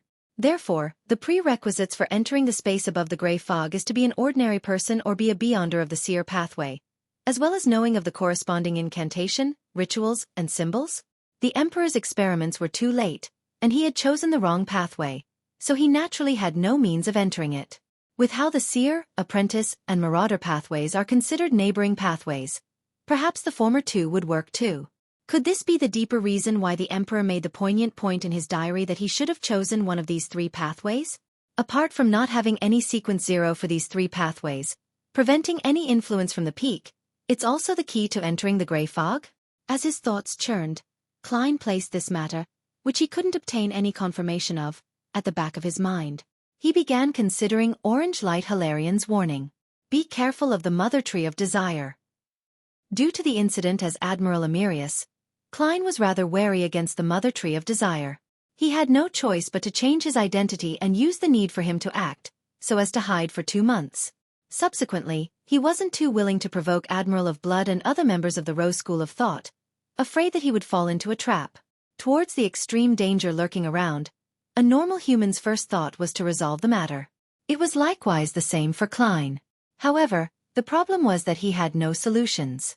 The Mother Tree of Desire was suspected to be a Sequence 0 true god located in the astral world. Even if Klein jumped up, there was no way he could hit her or defeat her. And the faction, the Rose School of Thought, that she controlled was an organization with quite a long history. It likely had angels presiding over it and had Grade 0 sealed artifacts. Otherwise, it was very difficult for them to survive to this day with the churches and all the secret organizations at odds with it. Therefore, even if Klein had plans of getting the help of Mr. Azek or other powerful figures, there was no way he could uproot the Rose School of Thought. It was even possible that they would encounter danger. Due to these reasons, Klein could only hide and hope that he could successfully advance to Sequence 4 and become a demigod. I've always been careful against the Mother Tree of Desire. Mr. Orange Light Hilarian didn't know that I once fell for the evil god's trap at Oravi Island? Or did he specially come over to warn me that she would be doing something major soon? He was previously under Admiral of Blood's control, and Admiral of Blood is a member of the Rose School of Thought. He might very well know of something. Klein was instantly alarmed. He didn't just blindly believe that a faceless transformation was enough to fool the Mother Tree of Desire's attention. According to Orange Light Hilarian's explanation, she would be able to discover certain unique traits when in close proximity with me. This is something the faceless Beyonder powers are unable to mask. She hasn't done anything in a while. Could it be that she is attempting to use this sensation to bestow something to her believers through some ritual or item, and that she is about to succeed soon? Klein slowly frowned as he felt that it was certainly a possibility. This made him more eager to return to Backlund. In that huge city, even angels had to behave themselves, just like a particular snake of fate. The believers of the Mother Tree of Desire and the powerhouses of the Rose School of Thought were unable to act as they wished. All they could do was wait for an opportunity. Phew. Klein exhaled and headed above the gray fog. He divined if his life would be in danger soon. This time, he received a negative answer. His life wouldn't be in danger. However, Klein didn't relax as a result. He recalled that the Mother Tree of Desire's divination interference could penetrate the gray fog's shielding to a certain extent. And very long ago, his spirituality had prevented him from divining the werewolf Beyonder characteristic above the gray fog. This was because it might very well involve the Chained God, and the Chained God was suspected to be another manifestation of the Mother Tree of Desire. Either there's really nothing going on and that I'm overthinking matters, or the danger is already very close. That's why the Mother Tree of Desire took action to interfere. To be safe, I need to make preparations. Even if it's proven to be a false alarm, it's still better than being captured by the Rose School of Thought and taken away by the Mother Tree of Desire to perform some unspeakable matters. Klein immediately returned to the real world and took out a pen and paper before quickly writing a letter. He started with, "Dear Mr. Azek. Considering how the underworld was inside the spirit world, that the demigods of the death pathway were considered high-ranking spirit world creatures in a certain way, and that Mr. Isaac might be able to see his unique trait after he recovered his memory, Klein was rather honest. He directly wrote about the entire conversation between Orange Light Hilarian's manifestation, Helmasuin the scientist. The only thing he left out was about the gray fog and the parts about the great existence above the gray fog. Finally, he mentioned something. Does Mr. Hilarian's warning imply that I'll suffer mortal danger from the Rose School of Thought? After he folded the letter and blew the copper whistle to summon the messenger, Klein still didn't find it safe enough. He hurriedly took out the adventurer's harmonica and blew into it. Silently, Rionette Tynker appeared before him.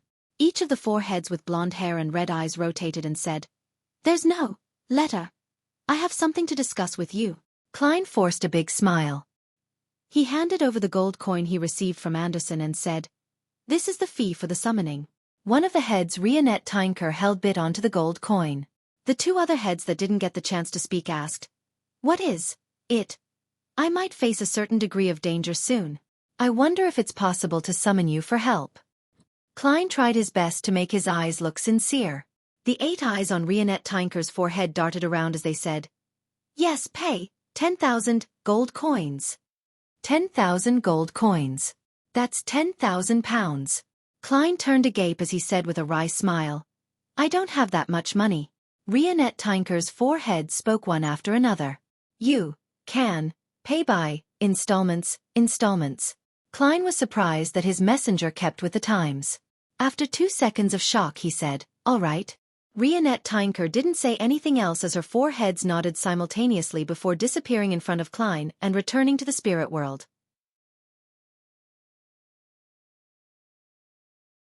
Chapter 725. Morning. Upon seeing the messenger disappear, Klein thought of the demigods he could contact on short notice, but he realized that there weren't any. All he could do was turn his attention onto what he should do next. The citywide broadcast must have made Sea King John Cotman not only find Helmasuin, but he would also do his best to search for Sea God and the traces of his believers. It's easy to be detected if I leave in the middle of the night, so I can only choose to stay here until daybreak. I can't take that ship tomorrow. If I encounter an attack midway, I might affect everyone on the ship. Furthermore, it's not discreet enough. I can summon an undersea creature and leave by riding it. I can rest and switch rides on the deserted islands and reefs we encounter along the way until I arrive at the next port. Since Orange Light said that the unique trait can only be detected at close distances, it still won't exceed the size of a city, even if the Mother Tree of Desire tries to expand her perception range to find me via ritual or her believers. It might even be limited to the size of a particular street. This is also why I encountered a trap when I arrived in Oravi. As long as I leave Byam, I should be able to escape from their gaze. While Klein's thoughts gradually turned clear, he suddenly heard a signal from the radio transceiver. He hurriedly went over and quickly jotted it down. Then, with the codebook, he transcribed the corresponding words into a single sentence. Before long, the telegram's content appeared on paper in jet black. "I see you. I see you." When Klein read those words, he felt a chill run through his heart. Byam, in an ordinary residence not far from the Governor General's office. In a spacious basement, there were candles silently burning, scattering their dim glow around the surroundings. Silver coin Viper Odor had already taken off his hooded robe. He looked at the middle-aged man opposite him as he trembled. He said with a quivering voice, "Lord Senor, I don't know how Helmasuin's real hiding place was known by others as well." Senor wore an old triangular hat. His eye sockets were recessed, and his face was shockingly pale.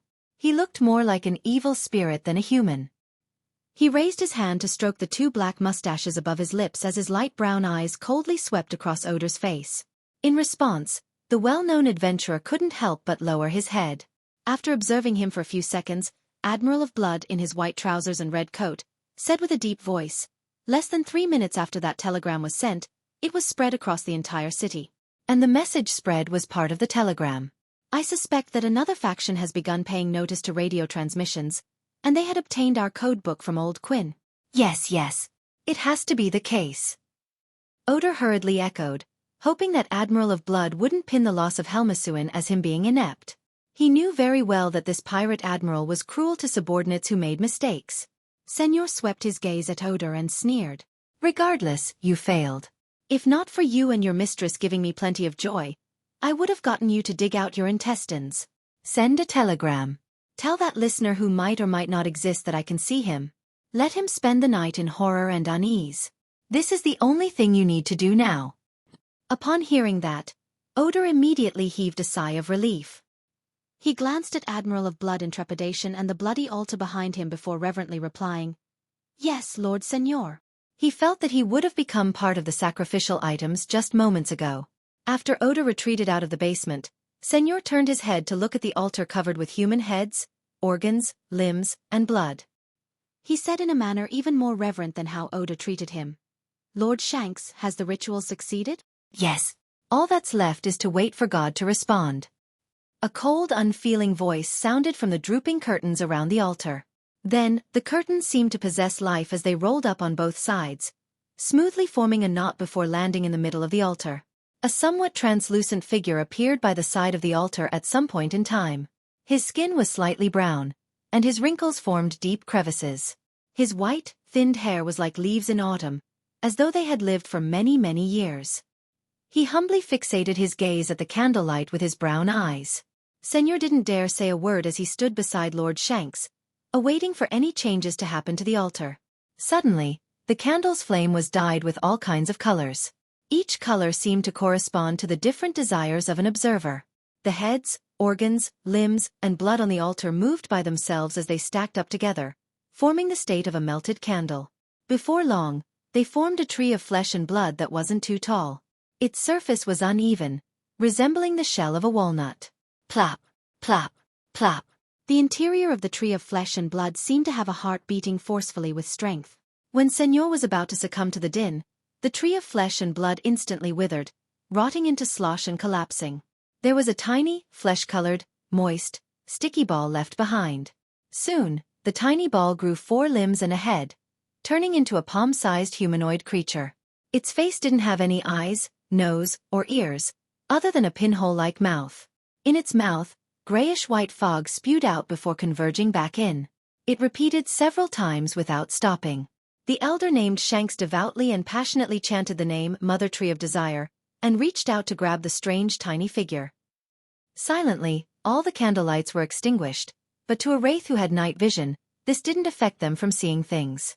Senor observed Shanks and heard this important person say in a deep voice, "We've prepared for a long time for this ritual, and God's grace can help us sense the existence of the target through a wider range. Next, we can use the glasses made by the Life School of Thought to accurately locate him." As he spoke, Shanks took out a monocle from his inner pocket. It didn't look any different from a normal monocle, but it coruscated with a pearly white luster in the darkness. "Lord Shanks, what should we do next?" Senor asked respectfully. The wrinkled Shanks thought for a few seconds and said, "Seek out the target after daybreak. If he has powerful helpers, we will monitor him and prevent him from leaving our detection range. Then, patiently await Lord Sua's arrival. If he doesn't have any guardians and is weak himself, then we shall take action directly." After hearing the word Sua, the corners of Senor's forehead twitched as though just the mere mention of this important figure's left him apprehensive. He slowly took a deep breath and said, "Yes, Lord Shanks." After answering, Senor instinctively touched the necklace by his chest. The necklace seemed to be made of pure silver, and the pendant looked like an ancient coin. Klein, who didn't get much sleep for the rest of the night due to the fright from receiving the telegram, immediately sacrificed his suitcase, wallet, and most of his cash to the mysterious space above the gray fog at daybreak. After clearing up his tracks, he went to the front desk to check out. He rode a carriage to the borders of Byam, left the city, and climbed the mountain as though he was heading for a cemetery prepared for locals. Midway through his journey, he suddenly took a detour into the woods and planned on walking straight to the cliffs where a massive undersea creature was waiting underneath for him. The birds chirped and the insects buzzed in the woods as critters would occasionally scuttle by. Klein walked through the humic material-covered grounds at high speed. Along the way, he saw mushrooms growing after the rain, torn cloth, and rubbish which the Byam residences had left behind after a picnic. Everything seemed so serene alongside the fresh morning air. A leaf fluttered down as Klein didn't stop and easily dodged it. At that moment, the leaf's speed sped up and did a surprising bend, clinging to him in between his lips and nose. It was like an adult's palm that clasped his mouth and nose tightly, making it impossible for him to breathe. So. The surrounding trees had their branches fall off as they shot at Klein like sharp arrows. And the rubbish left from the picnic received a life of their own. They formed an airtight net as they came looming over.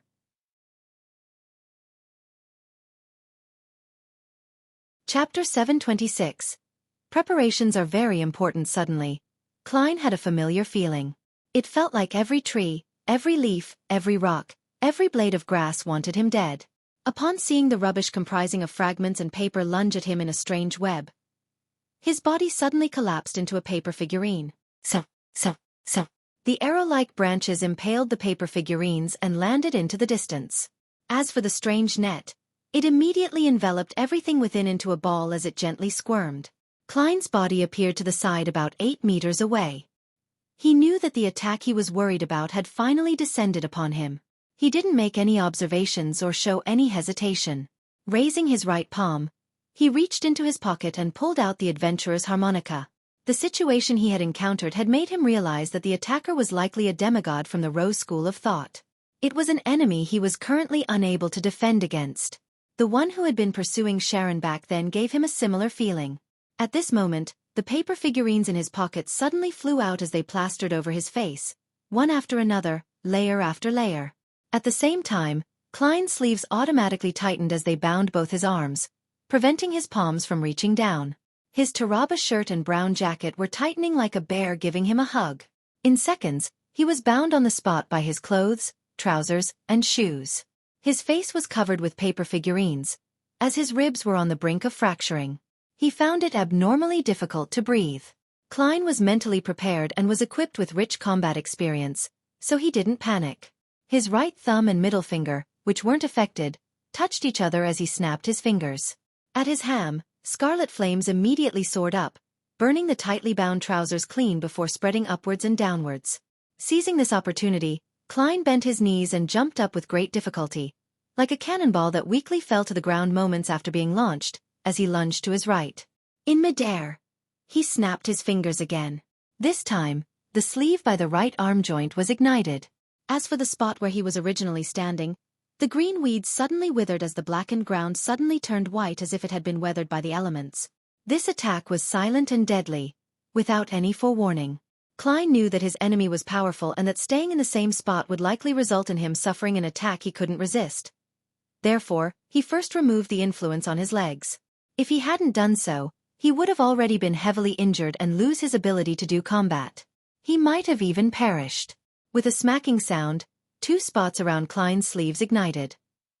His right palm finally had the freedom to move as he reached into his pocket and grabbed the adventurer's harmonica. Plop! He fell to the ground, rolling as he immediately stopped himself with his right hand to bounce up. His left palm, which wore a human-skinned glove, snapped its fingers. This time, his target was the paper figurines that were plastered over his face to prevent him from breathing. Pa! The paper figurines burned up as the scarlet tongues of fire burned Klein's hair. At that moment, a scene suddenly flashed in his mind. An icicle had formed and was speeding right for his head like a thin, gloomy green arrow.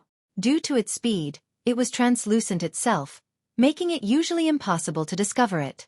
But even though Klein's danger premonition was triggered, it was a little too late.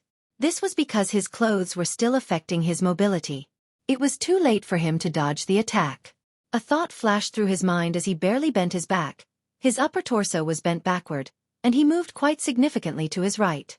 Oof! The thin, cold ice arrow struck his left chest, instantly shattering the brown jacket and white round collar shirt which were located there as they scattered into the air. However, this lethal ice arrow didn't continue heading forward. This was because in its way was a book with a dark brown cover. The book appeared ordinary, and it was bound into a book with commonly seen yellowish-brown goatskin, but it didn't shatter like the 2 pieces of clothing. There wasn't even a hole pricked open. Grozel's Travels. This was an item that even the sea god Scepter's lightning storm imbued with some powers of the mysterious space had failed to damage.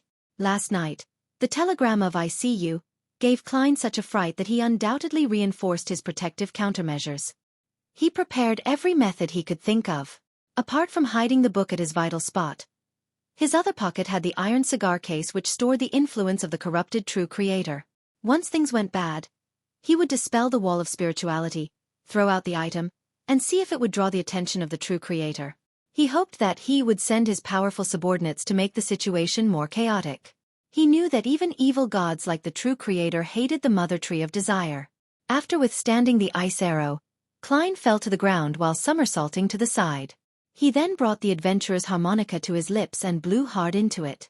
At that moment, his face was turning a little black due to the burning of the paper figurines, but due to flame controlling, he wasn't injured. Then he felt that the clothes on his left arm, waist, thighs, neck, and legs were restored to normal, giving him newfound freedom. At the moment he blew the harmonica, he quickly activated his spirit vision. He saw Miss Messenger walk out of the void with 4 blonde red-eyed heads in hand. They automatically turned and stared at the same spot. One of the heads grunted as it opened its mouth and began drawing in air. A cold wind hummed as a figure was forcibly pulled out from a green tree 100 meters away from Klein. This figure failed to maintain his difficult-to-detect state as he rapidly turned half-transparent and half-corporeal. He was the wrinkled elder with white, thin hair. His facial features had the traits of the people of the southern continent. Just as his brown eyes reflected Rionette Tinker, his brows pricked up. Then, he didn't hesitate to open his mouth as though he was about to deliver an extreme curse that he had been preparing for a long time. At this moment, another one of the heads which Rionette Tinker was holding had opened its mouth as well, as though it was making a silent screech. With that, nothing happened inside the forest. When Shanks saw this, he hurriedly turned his head to look at Klein, who had yet to react in time when a figure with white, thin hair and exaggerated wrinkles appeared in his eyes. His mind instantly turned cold. Although his thoughts weren't impeded, he had lost control over his body. All he could do was watch the white-haired elder vanish as he turned to face Miss Messenger. The 2 heads which Rionette Tinker carried suddenly flew out and appeared before Klein. One of them opened its mouth as it drew in air, while the other's red eyes turned dark as its teeth turned long and sharp, phasing between an incorporeal and corporeal state. Klein saw the translucent elder with white, thin hair being forcefully pulled out from his body before Miss Messenger's head with the long teeth that bit at his shoulder, tearing out an object that appeared both like a spirit body and a physical body. Shanks frowned without screaming. Its figure abruptly vanished as it leaped to a spot with a glass fragment 100 meters away. Following that, he seemed to be pursued by formless hands and enemies. He kept phasing into shallow puddles of water, the eyes of animals, the dew on plants, etc. Finally, he was able to catch a breather, and still, Klein was feeling a little stiff and cold from the inside out. Phew! Shanks entered the spirit world and walked out again. In his hand was a moist, sticky, palm-sized doll. This figure's face only had a hole as it was inhaling and exhaling a grayish-white fog which Klein found familiar. Shanks didn't hesitate as he stuffed the doll into his mouth. Upon seeing this, Rionette Tinker's other 2 heads left her palm, and like before, flew towards Shanks at a fast speed, arriving nearly instantly. However, Shanks had already begun transforming. His body turned black as his skin scrunched up and water began seeping out. His hair, brows, and other parts began withering and dropping. Following that, his limbs grew long and thin. In just a second, Shanks seemed to be assimilated by the doll, becoming a huge, black, moist infant with long 4 limbs and swollen shriveled skin. His eyes, nose, mouth, and ears moved from their original locations to the middle of his face as though they were gathering together to form a brand new organ. His skin, limbs, and newly formed organ brought an indescribable sense of mystery and wickedness. Just a single look had made his body, which had just recovered from the coldness, feel extremely itchy. Red spots protruded from his skin as a result of the clumps of fine granules. His eyes undoubtedly suffered a piercing pain. He instinctively closed them tight as tears were forced out. By the time he calmed himself with cogitation and opened his eyes again, he realized that Miss Messenger and the Rose School of Thought's demigod had vanished. However, Klein's spiritual intuition told him that they were nearby. They were in an intense battle shuttling between the real world and the spirit world. Be it the dropping of the leaves, the shaking of the weeds, the crawling of the worms, and the fleeing of the wild beasts, all of them represented each and every clash. As his mind whirred, Klein took out Death Knell and tapped his left thumb on the first segment of his index finger twice. Countless illusory thin threads appeared in his eyes, making him see objects that usually couldn't be seen with his normal vision or spirit vision. 2 blobs were flying around him, and the dense black bundles of threads that entangled with each other were Rionette Tinker and the Rose School of Thought's demigod. Apart from these, Klein also discovered that a blob of illusory black threads was rapidly approaching him. It would stop from time to time, so as to avoid the intense battle between the 2 demigods. There's another enemy? An enemy who is hiding in the distance awaiting the results, but hasn't decided to participate in the battle? Anyways, anyone who's stealthily approaching in such a situation must be an enemy. Klein's eyes moved slightly as he cocked the death knell and lowered it naturally to put it into a state for lethal attack. Then, he pretended as though he hadn't detected the bundle of illusory black threads, stuffed his left palm into his pocket, and grabbed a gold coin. He made it tumble between his fingers as though he was in a divination state.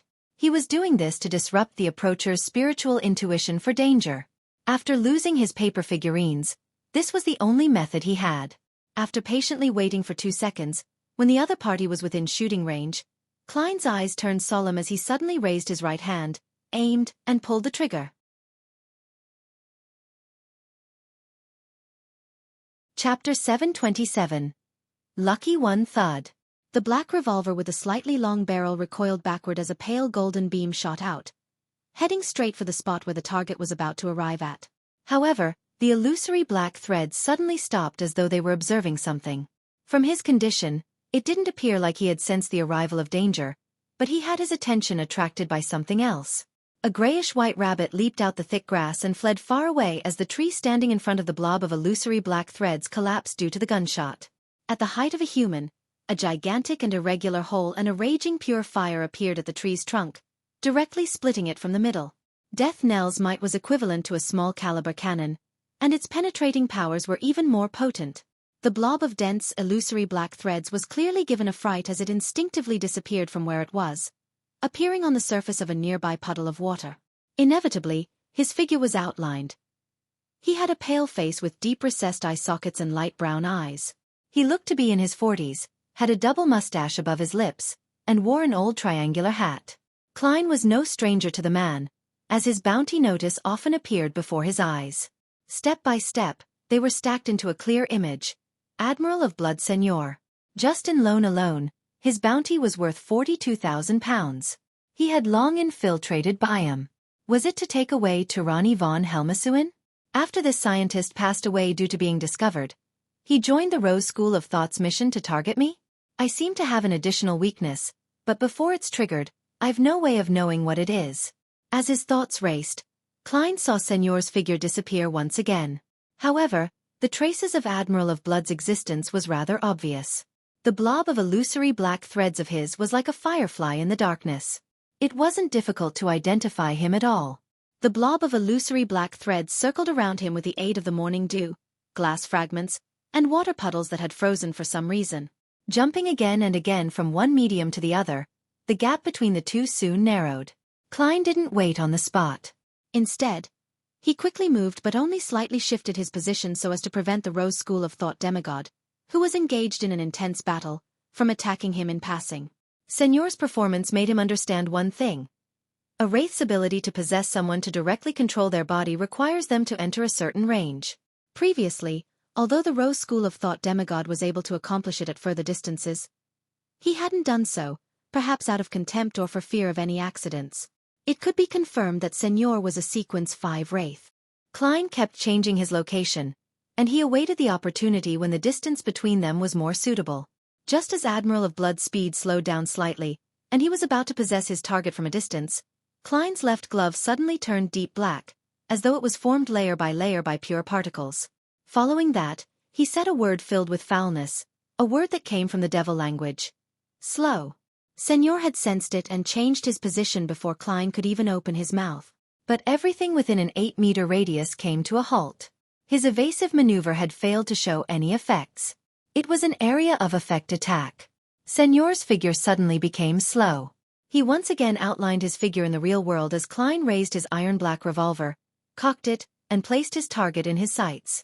With death knell, he saw that Seigneur's body was covered with all kinds of colors that indicated his weakness wasn't at his head, but slightly above his throat. Without any hesitation or delay, Klein pulled the trigger. Lethal attack. At that moment, a blob of illusory black threads walked to Seigneur's side and pulled at him.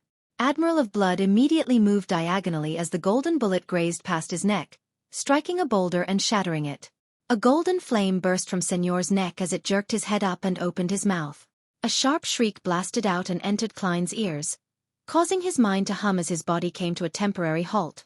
Formless souls had flown to Señor's side at some point in time before mixing with cold winds. From the sky and from the ground, they surged towards the enemy.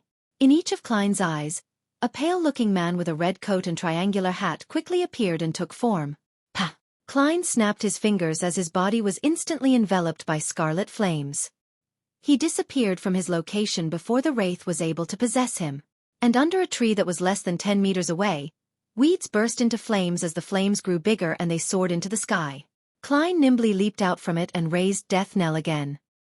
He aimed towards the spot where he was originally standing still at, and he injected more than twice the normal amount of spirituality into the gun. Slaughter! Thud!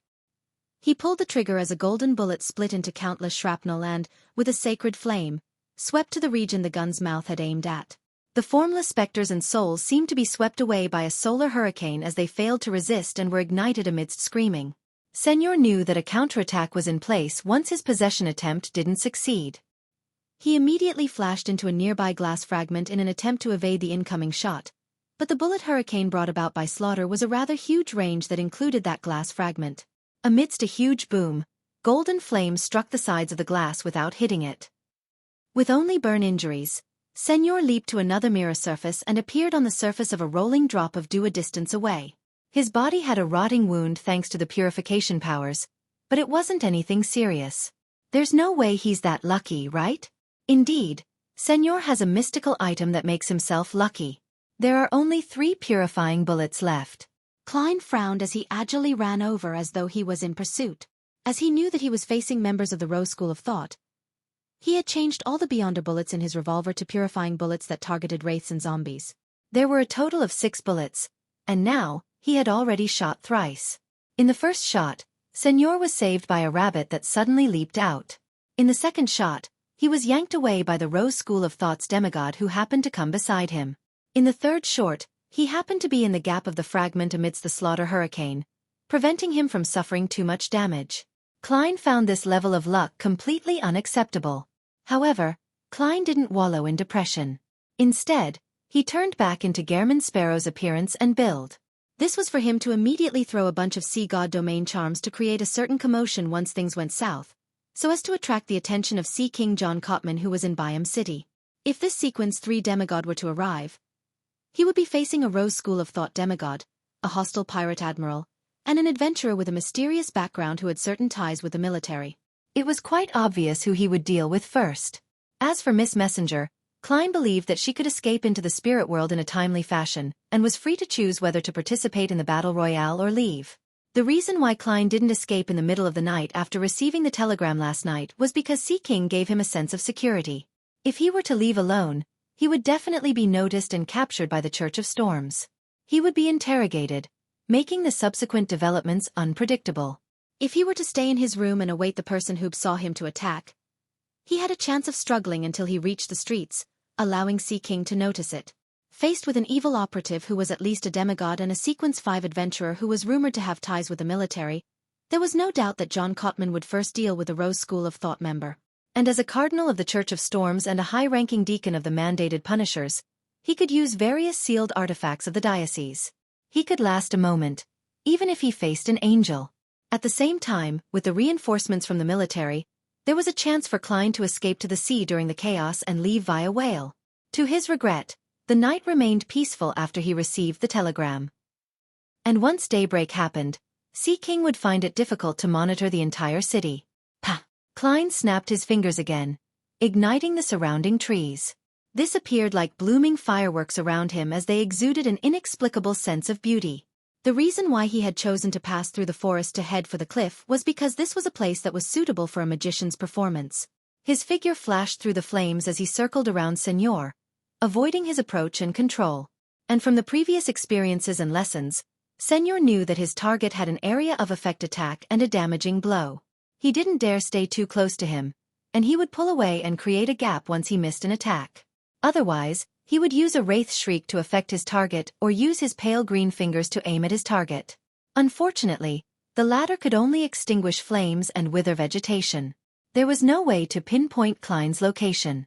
Seeing how the fireworks-like flames were the biggest barrier to his attacks, Señor stopped and let out the deafening shriek which would also damage a spirit body. Amidst the shriek, the icy blue halo beneath his feet rapidly expanded, covering the mud, randomly strewn weeds, and scattered rocks with a layer of ice. The flames sizzled as they produced tiny amounts of mist before being extinguished by the frost. Klein was influenced by the wraith's shriek, causing his flaming jump to be one step too slow. He ended up failing. His figure projected itself midway as his feet stumbled. Then, he saw illusory skulls swirling with black gas rush at him, bringing with them the strong smell of death, as though an envoy from the underworld had arrived. At that instant, Klein didn't seem like he could dodge. However, a light blue fireball emanating the smell of sulfur suddenly condensed before him. His glove remained black as it remained in its devil state. With a thumping sound, the fireball was extinguished as the illusory skulls shattered and scattered to the ground, creating spots that didn't have any life to them. Right on the heels of that, Klein steadied his body and took out the iron cigar case from his pocket. He threw it at Admiral of Blood Seigneur as his glove turned noble and sinister at some point in time. Baron of Corruption, bribe.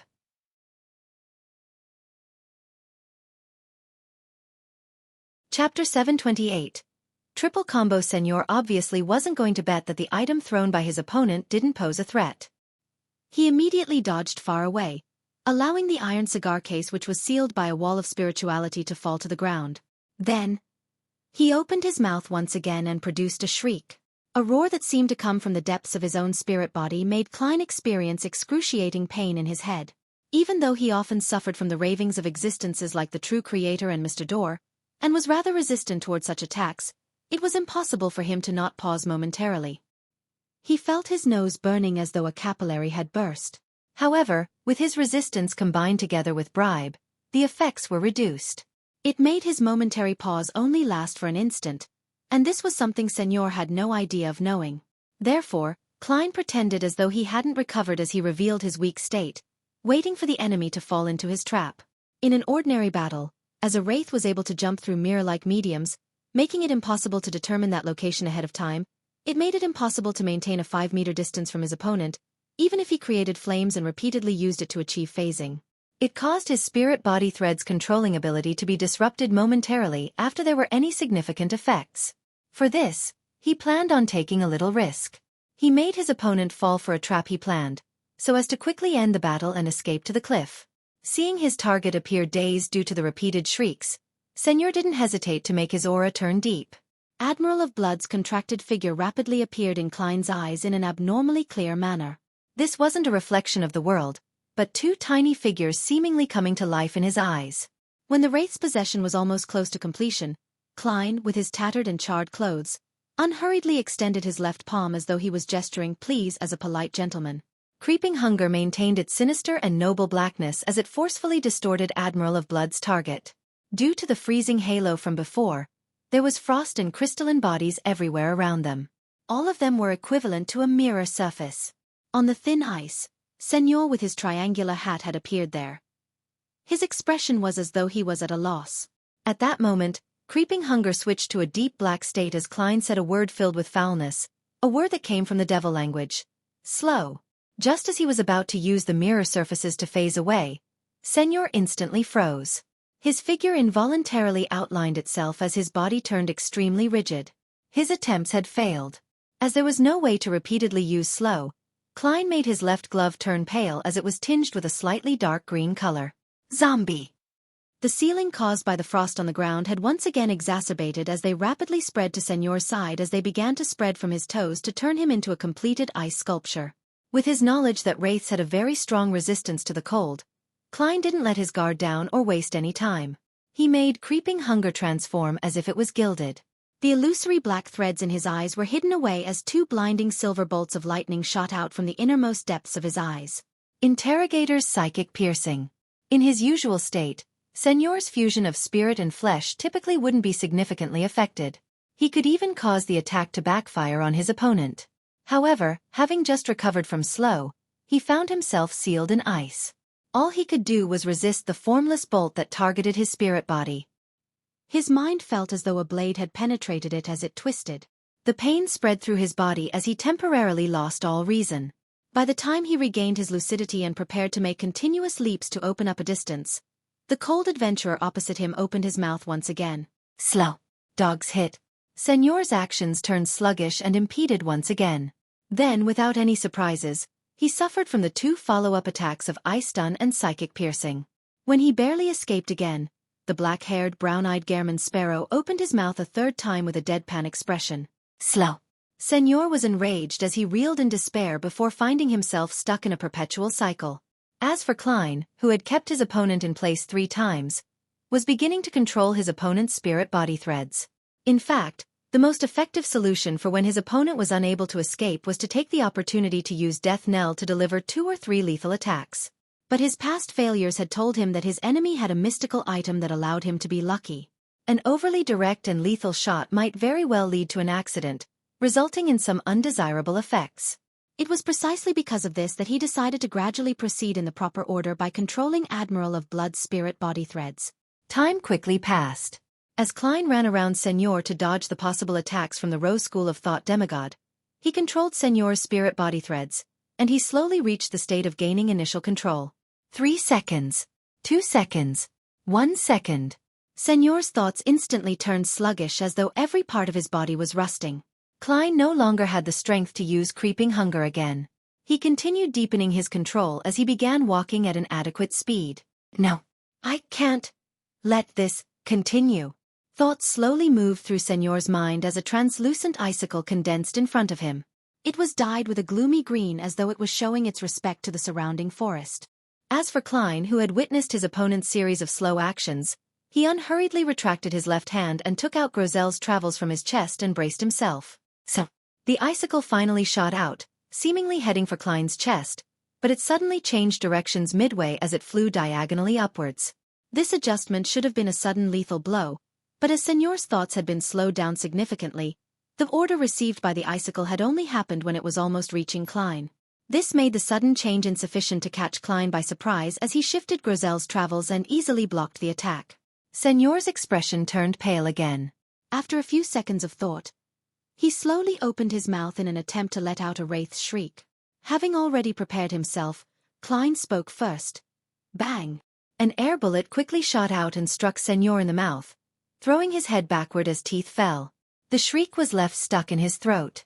Seeing the control deepen and how Señor's resistance was crumbling bit by bit, to the point of losing his reason and launching a barrage of attacks like a lunatic, Klein suddenly felt some joy. At that moment, a shrill, sharp infant's cry sounded and resounded in the woods. Lumps protruded all over Klein's body as he dropped Grozel's travels from his hand. His head felt as though it was being clasped tightly by an invisible hand, making him momentarily lose his senses of his surroundings, including the spirit body threads. His control over Señor was removed as a result. About 100 meters away from them, the large-sized baby, which was black, swollen, and wrinkled, that appeared to have stormed out of the water had escaped its illusory state and returned to reality. His limbs were long and thin, and there was only an irregular hole on his face. Circling the hole were gnarling teeth. At that moment, Shank's body had an additional wound that was obvious and deep. It was a piercing wound that went through the black and swollen skin, causing putrid blackish-green liquid to gush out. After this Rose School of Thought's demigod appeared, he stopped dodging or escaping. He began screaming like crazy, letting out infantile screams. It made Klein and Señor fall into a painful stupor. Even their bodies showed signs of losing control. The 4 blonde red-eyed heads were thrown into the void as they opened their mouths and let out a soundless shriek, silencing the terrifying cries. Rionette, Tinker, and Shanks had engaged in another round of combat, phasing between the spirit world and reality from time to time as they shuttled between leaves, weeds, insect eggs, ice crystals, and thorns. Señor and Klein stood in their spots in a stupor. They tried their best to recover from the effects of the infantile cry. In this aspect, Señor believed that, as a wraith, he had an unsurpassable advantage. The corners of his lips subconsciously curled up a little. He had already figured out what to do with his opponent later. But at that moment, the eyes of the adventurer who was in tattered clothes while exuding a cold demeanor had turned lucid. It had only been a second since the infantile cry had ended. Klein, who was experienced in this, quickly recovered as he realized that Señor was still in a dazed and impeded state. An opportunity. His mind stirred, but he didn't attempt a long-distance attack which allowed for plenty of accidents. Instead, he chose to control Señor's spirit body threads, which took more time. He tapped his right foot as his figure dashed towards his opponent like a panther. His left glove was dark, and when it moved backward, it condensed in a manner that resembled a blade, forming a gigantic weapon formed from lava and flames. Desire Apostle. Sword of Lava. Bam! Klein's body passed by Señor's left as the searing sword swept across his chest and got stuck in the middle. The light blue flames ignited Señor, but aside from suffering damage to his body, he didn't lose his life. However, the pain left him yelling incessantly. After the two brushed by each other, Klein immediately abandoned the Sword of Lava. He took a step to his left and turned around, facing Admiral of Blood's back. He raised the iron-black death knell to his opponent's head. He didn't use lethal attack, and he directly pulled the trigger. With a bang, his body suddenly shook a little. This was because the spot he had stepped onto appeared to be a hole. Hence, death knell had slid downwards, and the golden bullet had hit the side of Señor's neck. Blood tainted with a dark green tinge spewed out. Admiral of Blood had lost nearly half his neck as he fell forward. He fainted, but he remained alive. Klein was just about to add another shot when the sky suddenly darkened. An arm suddenly reached out. The arm was 10 meters long, and it had a black sticky surface with strange protrusions. They were either skulls, erected eyeballs, or barbed tongues. The moment it appeared, it made the entire forest shake. All the leaves withered as all the insects stiffened to their deaths. All the beasts either fell paralyzed to the ground, or they began biting themselves wildly, leaving their bodies bleeding. Klein's danger premonition reached its limit. He hurriedly closed his eyes, lunged forward, and did a roll. He grabbed Grozel's travels and held it in front of his face.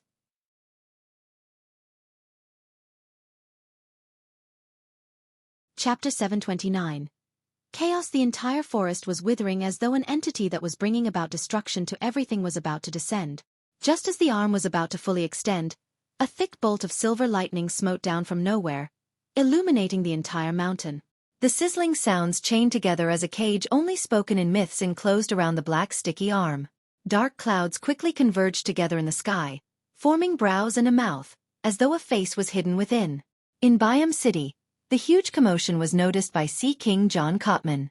He didn't hesitate to take action as he ordered the mandated punishers to activate the corresponding sealed artifacts. Rionette Tinker's figure was forced out of the void, but her complicated black dress didn't seem crumpled at all. She raised her left hand as two of the blonde red-eyed heads flew back and landed on her severed neck. The remaining two continued engaging in combat with the black, swollen, and wrinkled infant. When the cut at her neck began to wriggle, two corresponding cuts were connected. Her figure instantly burgeoned to the size of a Gothic castle. Patterns, vines, and accessories appeared on the surface, interweaving into a mysterious, sinister sight that couldn't be looked at. Klein closed his eyes tight as he placed Grozel's travels in front of his face, injecting his spirituality into it, but he was unable to eliminate all the effects inflicted upon him. His body kept quivering as granules kept protruding from his body. And only at this moment did he confirm that the side effect of using Death Knell was a fear of the dark. For the next 6 hours, he wouldn't suffer any more weaknesses. Thankfully, the weakness is just insurmountable, but it doesn't mean that I'm unable to resist for a short period of time. Klein desperately closed his eyes as tears kept rolling down his cheeks. He didn't spend time considering the problems regarding this, because the situation had developed into one of extreme danger, but it was also very chaotic. The one that descended seems to be stronger than Sea King. It's likely an angel, but his condition doesn't seem to be particularly good as well. He didn't directly appear, and he instead used the spirit world to attack. Is it because he can't rush here in time and could only consider using this method? Thankfully, I received a warning from Orange Light. Otherwise, the results would be unthinkable if this situation drags on. As Klein's thoughts flashed through his mind, his first reaction was to take the opportunity to flee and open up a safe distance. However, he knew that hastily retreating without any preparations was equally dangerous. If the Rose School of Thought's angel abandons the attack and retracts his arm, Sea King John Cotman wouldn't have any motivation in embroiling himself in a pursuit effort. This is because he isn't facing a saint who he can consider retaining. This way, simply relying on Miss Messenger, Rionette Tinker, makes it difficult to stop this entity. I might be pursued again when the time comes. I have to add more trouble for him, making him temporarily unable to leave. I'll take this opportunity to escape the waters where Blue Mountain Island is. As his thoughts churned, Klein followed his emergency plans, took out Grozel's travels, stuffed Death Knell inside, and made a few rolls before arriving next to the iron cigar case. He stabbed it with his finger, removing the wall of spirituality and opening the case, and he threw tinder, which was corrupted by the true creator, into the air, towards the source of the danger. Right on the heels of that, Klein used Grozel's travels to shield the top of his head, opened his eyes and took out a whistle. This wasn't Azek's copper whistle, but the numinous episcopate copper whistle which he had obtained from a mysticism enthusiast in Backlund. It originated from a resurrected numinous episcopate member. Back then, Klein had made a divination about the copper whistle, and he received a revelation that sending a message would be extremely dangerous. At that moment, he decided to allow extreme danger to meet extreme danger, so as to create an even more chaotic situation that benefited him. He quickly put the copper whistle to his mouth and blew into it. Then, he activated his spirit vision without daring to look up. A skull with 3 lifeless eyes emerged. Around it were black appendage-like tentacles. Without any hesitation, Klein handed over a white feather left behind by the resurrected numinous episcopate member to the messenger. He didn't wait for the messenger to disappear as he immediately bulged his muscles, swung his arm, and threw the copper whistle into the air where the source of danger was. With that done, he put away the iron cigar case, did another roll, and bounced up as he rushed straight for the cliff. During this process, he kept his head down and kept changing location. He didn't dare to look at the scene happening above him, nor did he dare to stay any longer. When he passed by the spot where Admiral of Blood Seigneur should have been lying unconscious, Klein's gaze suddenly froze. He was alarmed to find that he had vanished. In that chaotic situation without any aid, this wraith, who had suffered immense damage and was unable to maintain his spirit-body state, had vanished. Klein paused as he swept his gaze. He saw that ahead of him were a few drops of splattered dark red blood that coruscated with a dark green tint. And this region was where Grozel's travels had previously dropped. No way. A few drops of Admiral of Blood's blood dropped onto the book's cover? This sucked him in? Klein frowned, as he didn't think it was a good thing. He was afraid that the angel and saint that the Mother Tree of Desire had sent was able to gain the help of Admiral of Blood from within Grozel's travels to pursue him. However, it was impossible for him to abandon the book. Without it, Klein didn't believe that he was lucky enough to dodge all the stray blasts and unknown shrapnel which could fall from the sky at any moment. I'll resolve this latent risk by entering with my spirit body after I escape. As a few thoughts rose up in his mind, Klein dipped the tip of his foot down as he ran, lifting up the soil which had Seigneur's blood on it, reached out and grabbed a handful. This was used to locate Admiral of Blood later. Tap, tap, tap. Klein ran in a meandering manner, holding Grozel's travels over his head, making adjustments from time to time based on his premonition for danger. The book blocked the random bolts of lightning or the scattering rain of corroding rock, and it shielded him from a terrifying gaze that was cast over. With the book, Klein successfully tore out of the lifeless forest and came to the edge of a cliff. At this moment, the surroundings turned dark. It wasn't the kind of darkness before a storm, nor was it a result of a moonless or starless night. It was a dead silence that emanated the smell of rot. Ravings sounded out from varying distances and at varying pitches, as though something seemed to be slowly breathing in the air. Klein, who was afraid of the dark, trembled. He didn't dare to look at what was happening above him. All he noticed was a few white feathers stained with yellowish oil spiraling down to the ground nearby when there was a flash of lightning. His right foot took a stride forward as he jumped off the cliff and plummeted straight down. He fell out of the darkness and could see light. Then, he dropped into a mouth that had been waiting for him for a long time. The mouth didn't have any teeth as it immediately closed and sank to the bottom of the sea. According to the agreement they had made previously, it was to head for a reef beyond Blue Mountain Island as quickly as possible. This was a gigantic undersea creature with 16 fins on its back. In the darkness, Klein instinctively wished to huddle into a ball and helplessly tremble, but he barely repressed his emotions and took out a priest of light beyond a characteristic he had prepared to deal with wraiths. He had obtained it through the glove. Pure light emanated from the translucent stone-like object as it drove away Klein's fear. He was just about to contemplate if he should wait for the outcome, or if he should attempt something, when he suddenly felt the back of his palm become itchy. He hurriedly looked down and saw his pores widen as they grew some fine white hair. These fine hair rapidly grew and looked like feathers. Klein immediately felt his entire body itch. The fellow that was attracted by the copper whistle is really very dangerous. Klein was rather experienced. He immediately stood up and took 4 steps counterclockwise while chanting the incantation in the undersea creature's mouth. His spirit body once again tore through the grayish-white which had endless ravings and roars as blackish-green gases drilled out of his body. Returning to the palace that looked like a giant's residence, Klein observed his spirit body once again, and he discovered that it had returned to normal. There weren't any of the blackish-green gases, nor were there any white feathers. Phew, it's effective. He exhaled and immediately returned to the real world. With the illumination from the Priest of Light beyond a characteristic, Klein saw that the white feathers on the back of his hands remained, but they had lost the ability to continue growing. There were more or less some signs in other parts of his body, but they weren't obvious. Yes, I should be able to resolve the remaining problems once Mr. Isaac arrives. Klein heaved a sigh of relief and drew the crimson moon on his chest. He prayed for the goddess's blessing, and that Mr. Isaac would arrive quickly. At this moment, Rionette Tinker's figure appeared before him. Miss Messenger had 3 heads growing on her head while she held one in her hand. Compared to before, she appeared more lively. She reached out with her left palm and grabbed Klein's shoulder, and she directly brought him into the spirit world as they quickly traveled through it. Amidst brightly stacked colors, Klein felt somewhat dizzy before he returned to reality and realized that he was on a reef. Rionette Tinker's forehead swept the area and said, "Already safe, remember to pay next time." With that said, she vanished as though she had something more important to do. "You could do that. I should have just gotten Miss Messenger to bring me away using such a method." However, her present state doesn't seem to be that great either. This must be a state and method she seldom uses. As Klein reflected over the matter, he placed the Priest of Light beyond her characteristic into his pocket, and he kept Grozel's travels outside.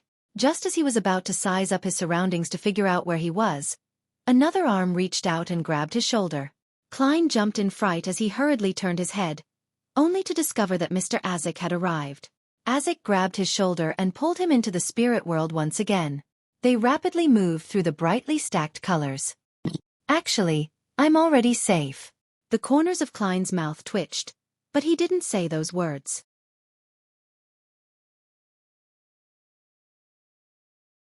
Chapter 730. Handling the latent risk on a mountain outside Biome City, in a forest that had lost all its vitality because it was buried by a half-collapsed cliff. A tall, stocky middle-aged man with deep blue hair was wearing a storm priest robe as he stood in the air and overlooked the area. There was a clear burning rage in his eyes. He was none other than the Church of Storm's Cardinal, Archbishop of the Rorsted Sea, high-ranking deacon of the mandated Punishers, Sea King John Cotman. At that moment, the battle from before was still fresh in Cotman's mind. He remembered how every participant in the battle retreated. The angel from the Rose School of Thought had used a particular method to transfer his powers over from a great distance. After he failed to achieve his objectives, he rather easily brought away his heavily injured partner, and no one wanted him to stay, aside from the strange monster that appeared out of nowhere. John Cotman remembered very vividly that when the angel retracted his arm, it had sparse white feathers on the black sticky arm. From the top of the skull and from inside the erected eye, they grew from unimaginable spots. And all of this was because the Rose School of Thought's angel was dodging the glove with the true creator's aura while using some of his strength to shatter what seemed like an ordinary copper whistle.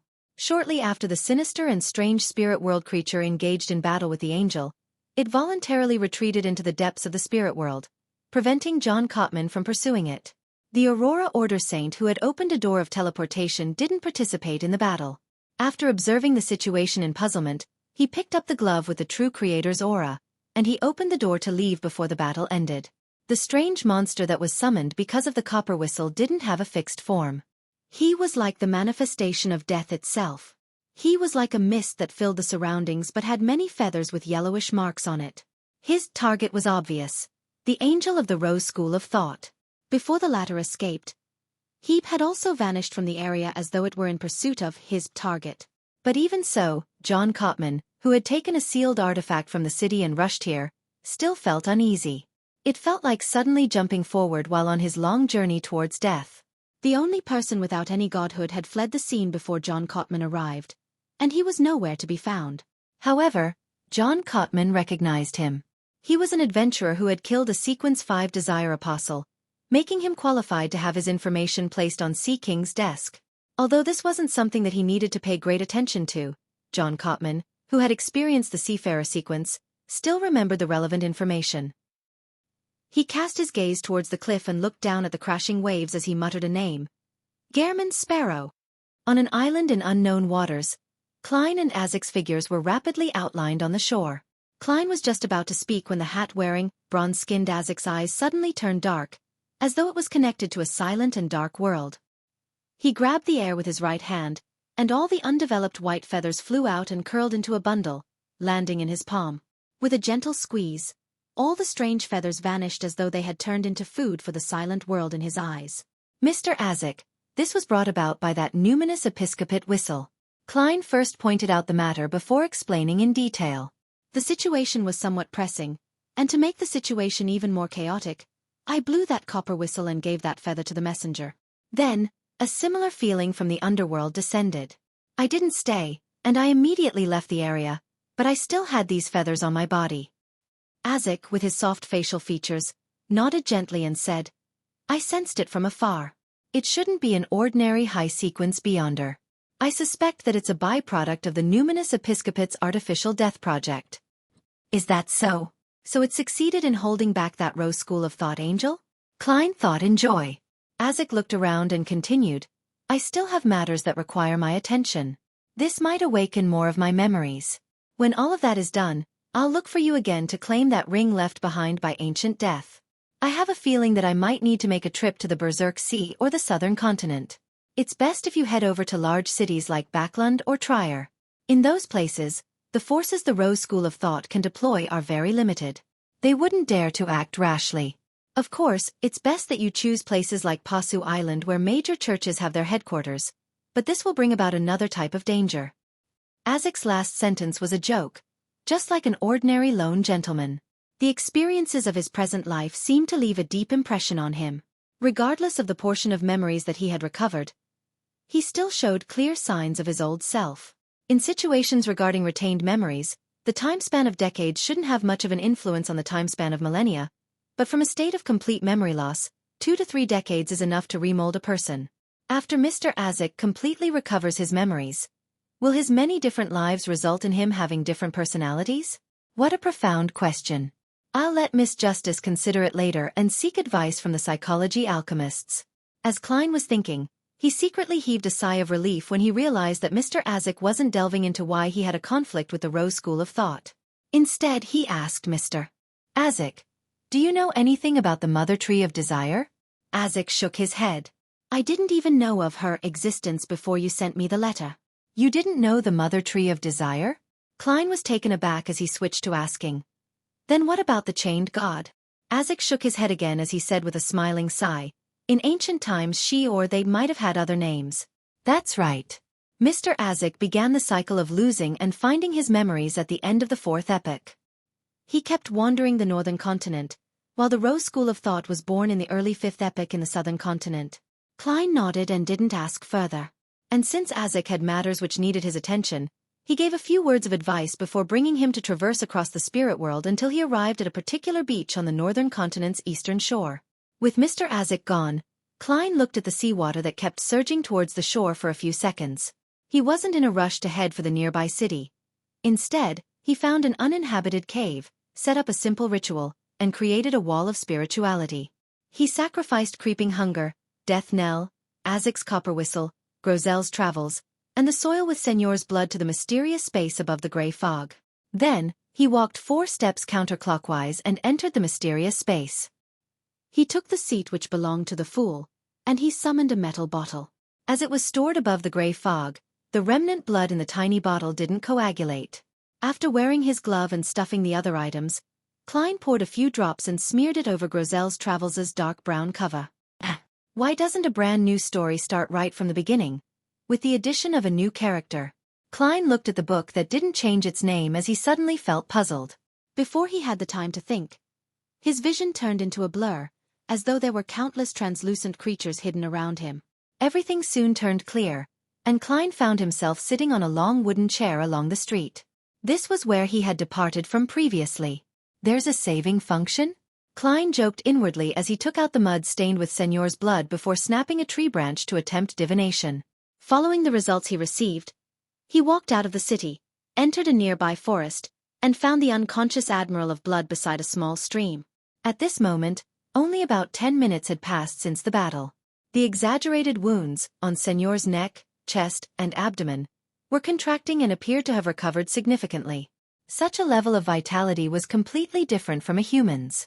In another 15 to 30 minutes, Admiral of Blood would likely wake up, and in another 1 to 2 hours, his mobility would be restored. This was a zombie, a wraith. You had a chance of being rescued by your organization's angel and demigod, but your blood happened to splatter onto Grozel's travels, making you a prisoner of this book and giving me enough time to handle you. Of course, this made you avoid the stray attacks of the battle between demigods, preventing you from dying immediately. I've no idea if you'd call this good or bad luck. Klein mumbled as he observed while grasping Death Knell in his hand and reaching out to Señor's neck and removing the necklace made of pure silver. The necklace had a pendant of the same color which resembled an ancient coin. Both sides were filled with mysterious patterns and relevant symbols, as well as words carved in ancient Hermes. You will be as unlucky as you are lucky now. This is the mystical item which raises Admiral of Blood's luck? Unfortunately, even a demigod can't enhance my luck, so I doubt it can. I can sell it for money, or I could ask Miss Messenger if I can use this to make a partial payment. Klein wasn't in a hurry to take the necklace as he placed it on the stone beside him. He was afraid that there were unknown side effects that might affect the things he was about to do. Then, Klein focused as he controlled Admiral of Blood's spirit body threads. He wanted to make his first marionette which he would use for an extended period of time, so as to conclude the principles of a marionettist. Furthermore, no marionette was more convenient to bring around than a wraith. 1 second, 2 seconds, 3 seconds. In just 10 seconds, Klein achieved initial control. Señor's spiritual intuition sensed the danger as his body showed obvious signs of struggling, but he was unable to wake up due to his heavy injuries and sluggish thoughts. Time ticked by, and by the 4th minute, Klein didn't hide his sigh of relief. At that moment, Admiral of Blood Señor opened his eyes, rolled to his feet, and faced him. With a harmonious series of actions, he pressed his chest and bowed. "Good morning, sir. How may I be of service?"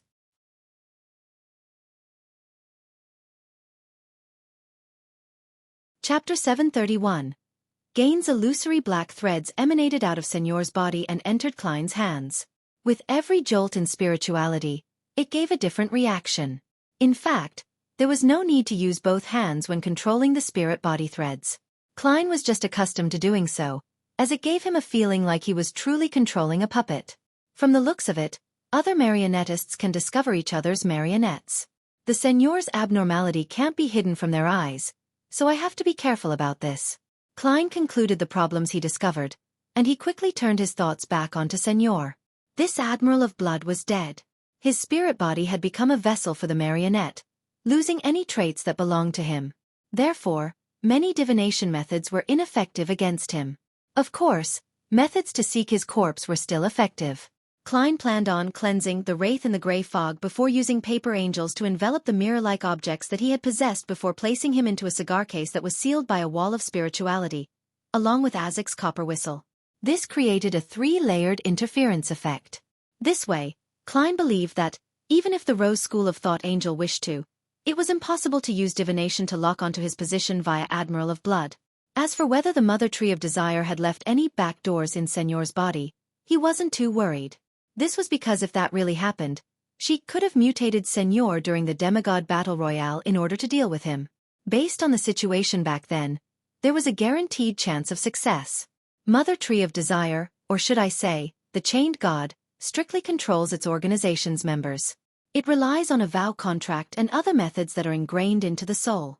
This can be inferred from Miss Sharon's descriptions and my interaction with the corresponding characteristics. As long as I don't attempt to use Admiral of Blood to divine the secrets of the Rose School of Thought or the potion formula of the mutant pathway, I wouldn't trigger any problems. The werewolf beyonder characteristic has remained normal despite being above the gray fog for so long. Besides, there's still the gray fog cleansing process. If there are any latent problems, it should be washed out. Klein thought for a while and took out Azek's copper whistle from inside his body.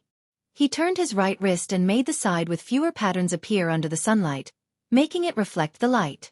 Immediately, the copper whistle had Señor's figure appear on it as it rapidly turned clear. The Admiral of Blood in front of Klein suddenly vanished as a result. Perhaps the Mother Tree of Desire can use the vow contract and other methods to vaguely lock on, but that doesn't matter. Sheep can sense the gray fog's unique trait on me anyway, and she will sense me once I'm within range. Besides, this marionette might be destroyed at any time when I use it as a shield. Klein was like a jobless tramp who was debt-laden. He felt that there was almost nothing he was afraid of. Of course, he really was debt-ridden.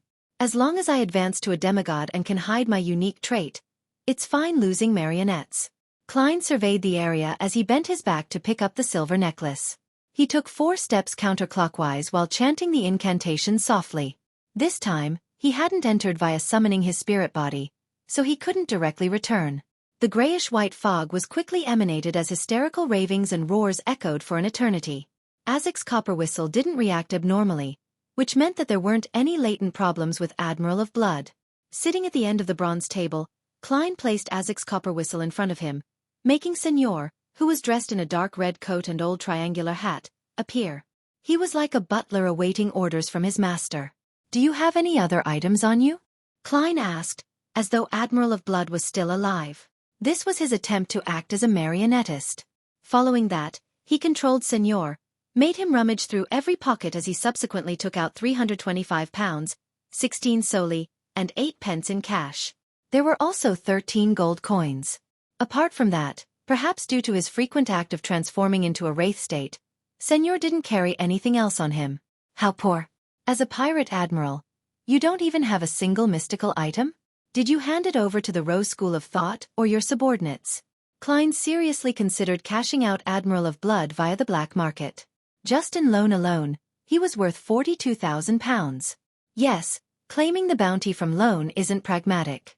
Be it the Church of Storms and the Kingdom's military, they will follow the clues to capture Gehrman Sparrow, who managed to embroil so many demigods in a battle royale, and then investigate the organization backing him. They wouldn't even pay, and they might even plant a trap. By the same logic, the churches and governments of other countries must have similar ideas. However, they might be easier to work with. Retrieving the bounty will require substantial risks. Besides, there's no rush. I'll send Senor out when I plan on switching marionettes. After all, being a marionette for a few days won't change his identity or value. Klein reined in his thoughts and cast his gaze on the silver necklace with an ancient coin attached to it. He immediately used divination to gain the gist of its origins and usage. It came from a Sequence 5 winner from the Life School of Thought. After dying at the hands of a Rose School of Thought demigod, this gentleman's beyonder characteristic and psyche fused with an ordinary silver necklace that he carried with him, turning into a mystical item. As for the reason why the ordinary silver necklace would be carried by a Sequence 5 powerhouse for extended periods of time, Klein was unable to receive any effective revelations from it, as it had been too long and it had been corrupted. The mystical item had 2 uses. One was to passively make the wearer lucky. In their daily lifestyle, the owner would encounter good things, easily succeeding in whatever they did. When suffering a lethal blow or terrifying disaster, ridiculous scenes would happen, allowing them to be successfully rescued. The latter situation only lasted for 10 minutes. The second use was to actively give an enemy bad luck, making the target unlucky. Be it in daily life or combat, it was easy for them to experience failure due to some trivial problem. The corresponding negative effects of the necklace was the conservation of luck. After being lucky, they would immediately meet with repeated bad luck. They would be as unlucky as they were lucky before. It needed the wearer to be devoted and seriously avoid any danger. Otherwise, it was very easy for them to die in a comedic manner, and even harm people around them. The luck received in one's daily life would often revert back after a month. The user would end up unlucky regardless of whether they wore it or not. However, such bad luck was slowly released, so it wasn't too dangerous. And luck obtained in combat would similarly strike back 10 minutes later in a similar vigor. Overall, this is a rather good mystical item, but I don't have much use for it. After all, Fate Counselor Ricardo was unable to change my luck. I'll just wear it on me for now. It has few negative effects on me. I'll sell it if there's a chance to pay off my debt with Miss Messenger. Miss Messenger wants gold coins, while I have gold pounds. It's nearly impossible to exchange 10,000 gold coins through the banks or official markets. From the looks of it, I'll have to do it in batches, getting each Tarot Club member to change some of it. Klein soon decided on a plan as he casually came up with a name for the necklace: Scales of Luck. Following that, he cast his gaze onto Senor, who was standing reverently to his side. He began to study the powers a wraith had. forceful possession, enemy control, wraith shriek, mirror blink, obstacle penetration, death-related spells, and invisibility that wouldn't be discovered by most mid- and low-sequence beyonders. Klein distinguished each power, and he matched them with Sharon's and Merrick's description, as well as his experience gained from combat. He soon concluded this, afraid that the candle in the outside world would finish burning. And a dark cave was extremely bad for the present him who had a phobia of the dark. Klein immediately took out a paper figurine from the junk pile, and together with the Black Emperor card, he stirred some of the powers above the gray fog, turning it into an anti-divination angel. This angel rapidly spread its wings and wrapped around a gold coin. On its reflective side was Señor's figure. Then, Klein brought the gold coin, Azek's copper whistle, death knell, and his suitcase back to the real world. As for creeping hunger and Groselle's travels, one of them hadn't been fed, and the other might cause Klein to be swallowed into the book for carrying it for too long. Therefore, they were left in the junk pile above the gray fog. Having returned to the cave, Klein hurriedly placed the gold coin and Azek's copper whistle into a cigar case before sealing it with a wall of spirituality. He cleaned up the scene, switched into formal clothes, and carried his suitcase. He followed the beach until he came to a residential area. He discovered that he was near Pritz Harbor. He didn't immediately return to Backlund. Instead, he changed his appearance, took a steam locomotive, and headed for Conant City in Desi Bay. He planned on circling the area once before changing his identity again. Bansi Harbor. Alger Wilson looked at the destroyed city under the afternoon sun. He saw that the buildings had completely collapsed, and there were deep chasms in the ground and charred spots everywhere. Such a scene extended into the depths of the island. Even the mountain had collapsed. At that moment, there wasn't anyone from the Church of Storms watching the ruins, since there wasn't anything here. And the plans to rebuild the harbor wasn't brought forward at all. Alger jumped off the Blue Avenger and circled the ruins with his sailors, but they didn't discover anything of value. "Let's go," he instructed with a staid attitude. He soon boarded the ship which hoisted its sails and left the island. After an unknown period of time, a figure suddenly walked out from the depths of the ruins. He wore a double-breasted, pure black clerical robe. He had dark golden hair, and his facial features were clear and distinct, like an ancient, classical sculpture. His eyes were dark blue, nearing black. They looked lusterless, but they were filled with dense blood capillaries.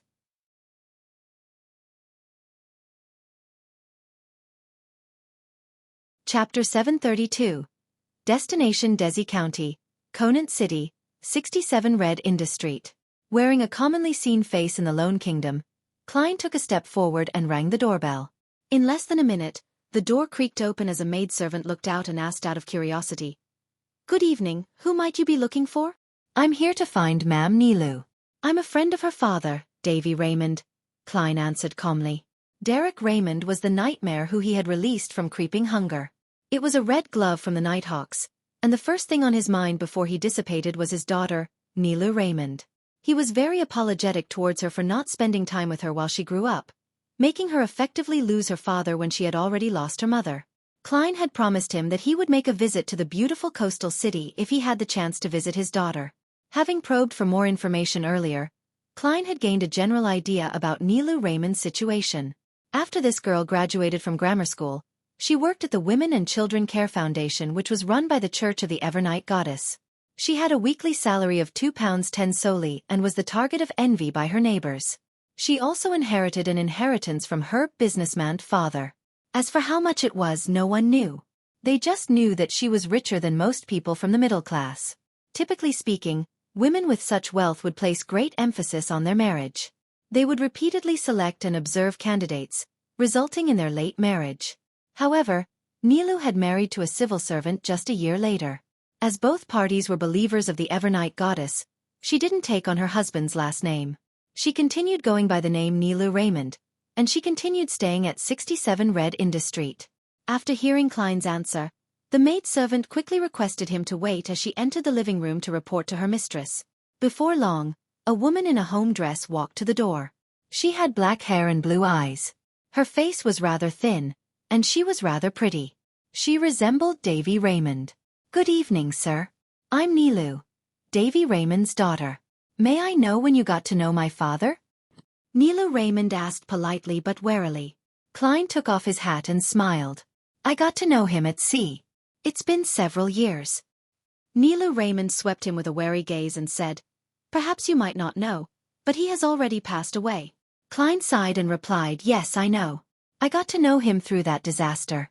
He had some words to say back then which I didn't think too much about. However, the more I thought about it in recent years, the more I felt that I should inform you." "Is that so?" Nilu said softly. After some thought, she invited him. "Please come in. Would you mind if my husband listens in?" "This is up to you to decide," Klein frankly replied. Nilu nodded and led Klein into the study. Her husband had the looks of an ordinary civil servant with a gentleman's bearing. He put down his newspapers and followed them in. After both parties sat down, Klein looked at the couple on the sofa and deliberated. Mr. Davy Raymond once experienced disaster after another. He lost his father, mother, wife, brothers, and sisters. Nilu nodded with a deadpan expression. "I know," Klein thought and continued. "He appears to be a merchant, but he was in fact seeking out the murderers who caused that disaster." "I know." Nilu didn't object to it. Klein glanced at her and continued, "He dedicated himself to this matter, and he was very regretful that he didn't manage to spend time with you growing up, making you lose your father alongside your mother." Nilu fell silent for a second before she rapidly replied, "I know." Klein swept his gaze to the old books around him and sighed silently. "He said that his greatest wish was to see you enter the hall of marriage under the witness of the goddess, to have your own family, and to not be lonely anymore. I believe he should be very happy right now."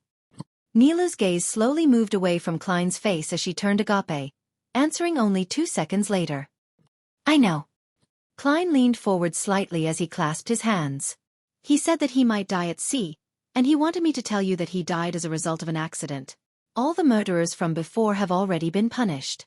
You do not need to hate anyone. He also said that he loves you very much and that he's very sorry." Nilu remained silent for a few seconds as she blinked. She turned her head to the side and scoffed with an unclear attitude. "Got it." Klein gave her a deep look before getting up. "I'm done passing on the message. It's time I leave." Met with silence, Nilu's husband nodded gently as a gesture of thanks. Klein turned around, walked to the door of the study. Just as he twisted the doorknob, Nilu Raymond's voice sounded from behind him, deep and hoarse. "What kind of person do you think he was?" Klein fell silent for a second, turned his head and curled his lips. He said with a smile, "A guardian." He didn't stay any longer as he opened the door and walked to the coat rack. When he wore his hat and left 67 Red Indus Street, soft, restrained sobbing suddenly drilled into his ears. Shaking his head silently, Klein left the borough and entered a cathedral of the Evernight goddess.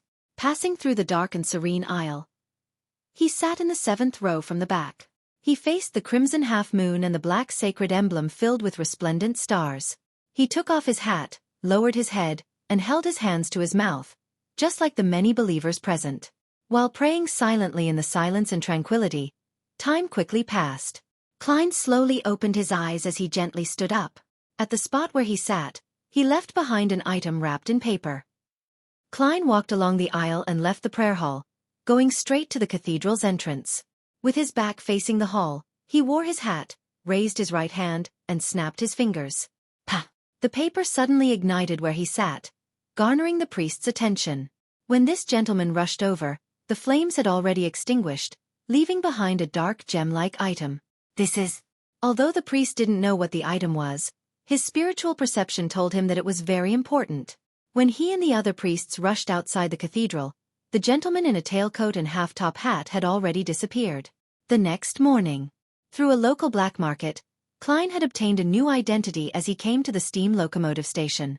In his hand was a second-class ticket worth 18 soldi, as well as identification documents for himself. He held a black leather suitcase as he stood at the platform with his back straight, awaiting the arrival of the train headed for Backlund.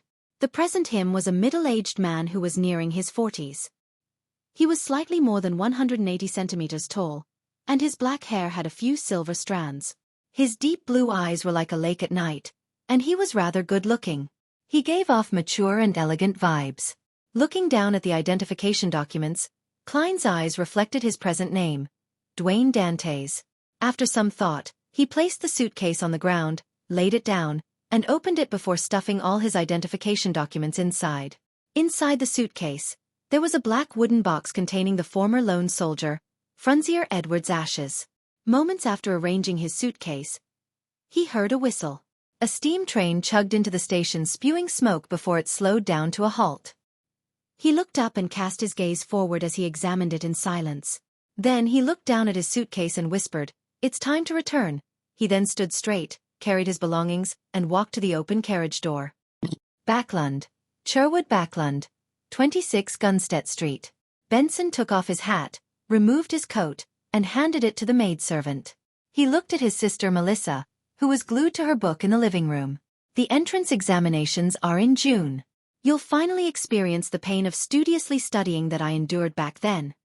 Melissa didn't look up as she continued reading. "I'm studiously studying every day. A little humor, Melissa. A little humor. What's the difference between a person without humor and a curly-haired baboon?" Benson said with a smile. Melissa casually glanced at him and said, "That wasn't what you said in the past." She didn't correct him on what the exact difference was between humans and curly-haired baboons, and she instead said, "Do civil servants also finish work so late?" "No, there's been a lot of work recently. As you know." "Oh, you don't." In such a huge reform, the handing over of work and the straightening out of different relationships are very troublesome. Benson swept the mirror in the living room.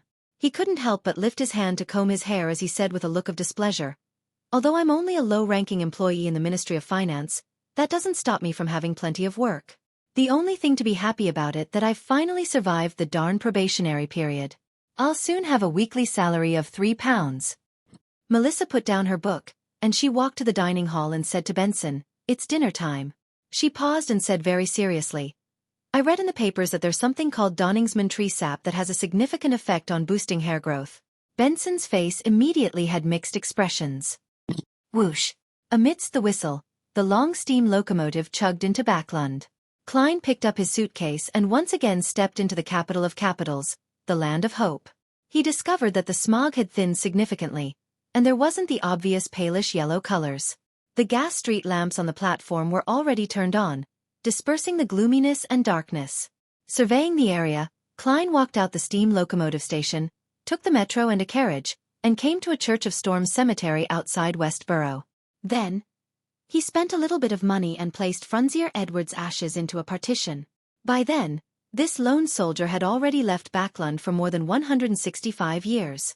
After taking a step back, Klein observed it for a moment before using a pen and paper to engrave something on the partition door. Frunzier Edward. He closed his eyes and added, "Every journey has its destination."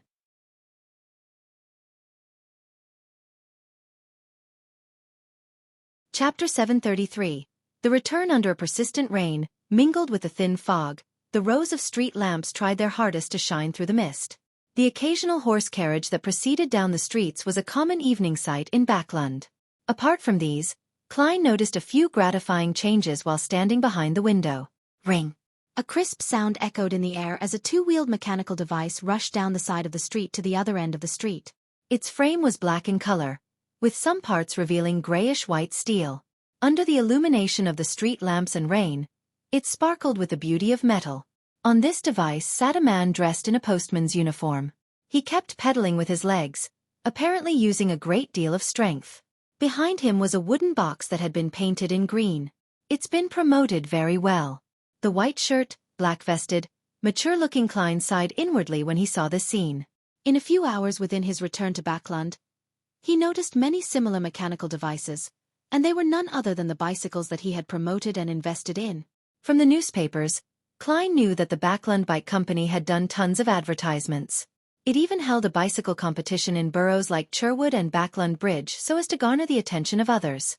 Apart from that, they also actively promoted it to the government departments such as the Postal Service and the police departments. The results were said to be pretty good. Their pricing strategy had followed Klein's original suggestion, avoiding the middle-upper class who often used horse carriages. Instead, they aimed their target audience at those with weekly salaries of £1.10 solely and above, such as technical workers, students with a decent family background, and clerical employees that often needed to travel outside. Therefore, a bike worth £3 to £5 was affordable for the people in this demographic if they bit the bullet a little. And at the same time, they could flaunt it to the masses who had incomes that were lower than them. The current issue is that Backlund often rains. It's difficult to hold an umbrella while riding a bicycle. The next step should be a raincoat. Klein retracted his gaze, shook his head, and chuckled. The place he stayed at was a high-end hotel in the Hillston borough. It cost him 10 soldi a night, making him feel quite the pinch. However, to match his persona, all he could do was bite the bullet and put up with it. His idea of Dwayne Dantes was that he was a believer of the Evernight goddess and a mysterious tycoon that came from Desi Bay. He had sold his original land and mines, planning to seek out brand new opportunities in Backland. He had a certain level of interest in obtaining an aristocratic title, but he didn't have the abundant wealth to do so. He had to first expand his social circle and begin making some investments. The benefits of this identity was that it was clearly different from the characters Klein had previously acted as. It allowed him to very naturally interact with people from the middle-upper class, especially members of the Military Officers Club and the Backland Diocese bishops of the Church of the Evernight Goddess. It made it convenient for Klein to continue his investigations into the Great Smog of Backland while gathering intel before he made detailed plans to steal the Antigonus family's notebook. There were obvious disadvantages as well. Such a mysterious tycoon would definitely catch the notice of the Nighthawks and mandated punishers, so there was a certain level of background checks that he would have to undergo. According to Klein's experience, such an investigation would be done by the official Beyonder organizations under the premise that nothing important had happened. It could also be handed over to the police department, but in summary, not too much effort would be put into it, as it would be considered a routine check. Therefore, Klein, who was considered quite an expert at disguises, had prepared a second layer to his identity as Dwayne Dantes to his designs, so as to deal with the background inspection. This second layer to his identity was that Dwayne Dantes was a person who had adventured in the southern continent's East and West Balam for some particular reason. He had used a nickname, and he spent more than 10 years in that rather dangerous land filled with opportunity in order to amass a great deal of wealth. Since the origin of his wealth wasn't overboard, he had secretly returned to Desi Bay, and he forged a new identity. He had planned on beginning a new life in Backland and gradually legalize his wealth. It wasn't rare to see such people in Lone. Their stories were acceptable and imaginable for an investigation. For this identity layer, Klein had left some inconspicuous clues in Conant City so as to indirectly reveal the truth. These clues included but were not limited to the stubs of his scalp tickets from East Balam to Conant City, habits as a result of living in the southern continent for extended periods of time, as well as his wealth of unknown origins. Klein believed that as long as Dwayne Dantes didn't involve himself in any serious Beyonder matters, preparations such as this were enough to fool most routine background inspections. And if he encountered an extremely dedicated official Beyonder who investigated it all the way and was even willing to seek the help of colleagues from the southern continent, then Dwayne Dantes had a third identity layer. It was that he was a cheat who had anti-divination measures to a certain degree. He disguised himself as a mysterious tycoon and spent large amounts of money in investments for this final scam. This identity was enough to get Dwayne Dantes arrested, but the level of attention placed on him wouldn't be too great. This allowed Klein to exit the stage without much trouble. Compared to my first time in Backland, the creation of a 3-layered identity shows how I've really matured significantly. Klein slowly walked to the middle of the room as he cast his gaze on a full-body mirror in the corner. His reflection had black hair and some strands of gray hair. His eyes were deep, but his experiences had left indelible marks on his face. He was a charming middle-aged man with a mature bearing. The design of Dwayne Dantes' identity wasn't difficult for the present Klein. However, stealing the Antigonus family's notebook from behind St. Samuel Cathedral's Cheney's Gate was practically an impossible task for any external Beyonder. Even a king of angels couldn't guarantee success. Of course, unlike other Beyonders, Klein had 2 advantages. First, he was once a Nighthawk. He had quite a good understanding of the internal procedures they followed, and he knew which matters he could exploit. Therefore, the first solution he eliminated was to become a particular Nighthawk, infiltrate it, and find a chance to pass through Cheney's Gate. There was a problem that existed in this. Nighthawks weren't able to randomly enter Cheney's Gate, even for the captains and deacons. Something had to happen first before they received the corresponding authority. Furthermore, Cheney's Gate had its keepers inside. Randomly entering or taking things would result in an attack on him, causing a battle to break out. Klein didn't wish for his theft to result in any deaths or injury to the members of the Church of the Goddess. After careful consideration, he placed his sights on the keepers. These elders were retired Nighthawks who volunteered to enter Cheney's Gate. They were in charge of watching the sealed artifacts, and they were from a different department from the Nighthawks. They entered and exited using the underground passageway through the cathedral, and they never interfered with the Nighthawks' work, nor would they be disturbed by the Nighthawks. Perhaps a result of staying behind Cheney's gate for extended periods of time, these keepers all had certain traits. They had cold auras and had deadpan expressions. Their skin was pale, and they resembled monsters from the deep darkness who were on the border of life and death. Klein believed that it wasn't difficult for him to locate his target if he met one. His initial plan was to rent a place in Northborough near St. Samuel Cathedral. He would hire a butler, a valet, a maidservant, a gardener, a chef, and a carriage driver to have a front as a tycoon. Then, he would often head to the cathedral to pray piously, participate in mass, donate money, and familiarize himself with the bishops and priests. During this process, he would work hard to find suspected keepers. He would choose 2 or 3 targets and observe their habits. When the opportunity arises, he would imprison one of them, change into his appearance or directly possess him, pass through Cheney's gate, and attempt to flip through or take the Antigonus family's notebook away. This was a very crude plan that was merely a train of thought. It needed to be perfected according to the intelligence Klein would slowly acquire. For this matter, Klein's second advantage was the Tarot Club. He had assistants that the Church of the Evernight Goddess and the Nighthawks would never think of. Furthermore, he could consider extending the recruitment of a Backland Diocese Nighthawk or Keeper into the gathering. He could then complete the theft through this traitor, just like how Emperor Roselle was used to obtain the Antigonus family's notebook by Zeratul. I've got to frequently head to the cathedral. Only by doing so can I find a target. Klein faced the mirror as he silently nodded. It had to be said that he felt conflicted. If a true Nighthawk or Keeper were to betray the church to serve Mr. Fool, his first thought was to unleash divine punishment to get rid of this despicable traitor. After exhaling, he gave a self-deprecating laugh. He wore his double-breasted frock coat and hat, walked out the room, and reached the streets. With an umbrella, he circled to another street. Taking advantage of the distant street lamp and the drizzle, he suddenly changed back into Sherlock Moriarty. Glancing at his wrinkled trousers, Klein stopped a carriage and planned on heading to Isengard Stanton's house in Hillston Borough. Half an hour later, the somewhat ancient and dark building appeared before Klein's eyes. He paid 2 solely for his ride as he walked steadily around the puddles amidst the drizzle that refracted the yellowish light of dusk before coming to the famous detective's doorstep. Putting away his umbrella, he reached out to ring the doorbell and waited for a moment before seeing a man with a wide face open the door. The man had a head of malt-colored hair, grayish-blue eyes, and high cheekbones. He had the traits of someone from Lenberg or Mason. Mr. Isengard Stanton's new assistant? Someone from the Church of the God of Knowledge and Wisdom? Klein took off his hat and said with a smile, "Good evening, is Mr. Isengard Stanton home?" "He is. He just had his dinner after a busy day at work," the malt-colored lad replied politely. "May I know who you are?" Klein chortled and said, "Tell the good detective that a friend of his has returned from his vacation." The young man was taken aback as he blurted out, "Mr. Sherlock Moriarty?"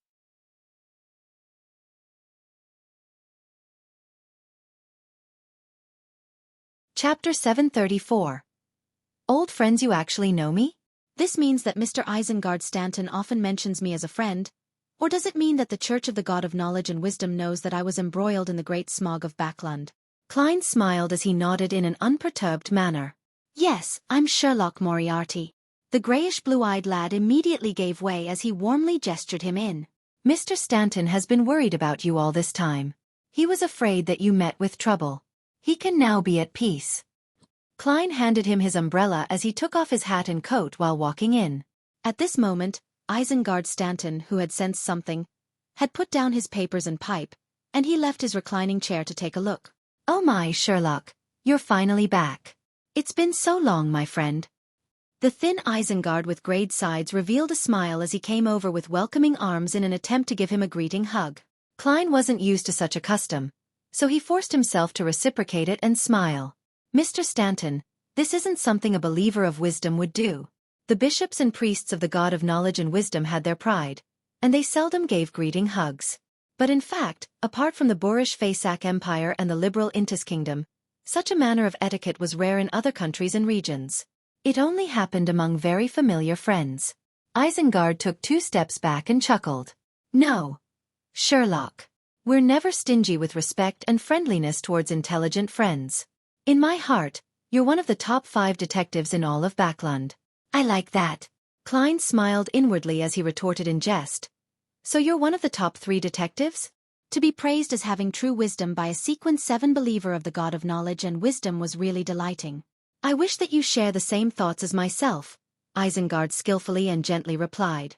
Then, he invited him to the living room and to the sofa.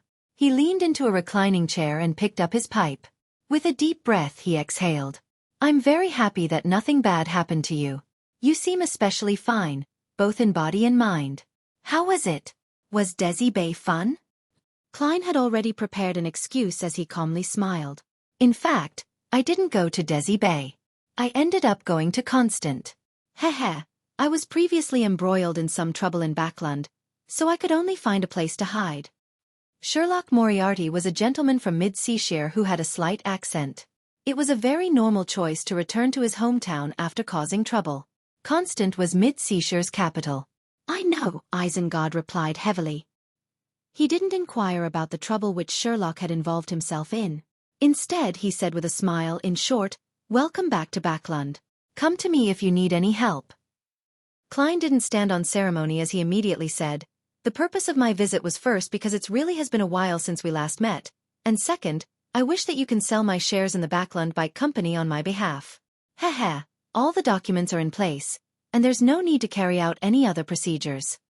In order to act as a mysterious tycoon and to repay Miss Messenger with the 10,000 gold coins, not only did he plan on selling items he had little use for, but he also planned on letting go of the last 10% of his shares in the Backland Bike Company.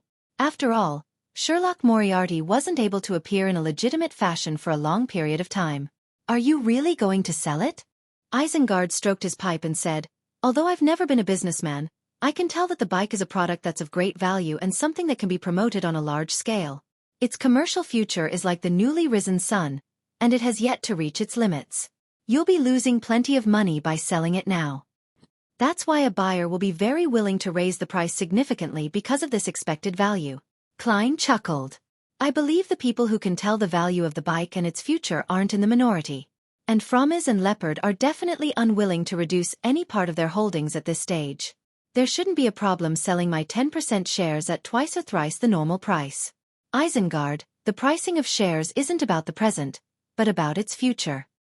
To illustrate an alluring story for the buyer and investor, and drawing a beautiful future is very necessary.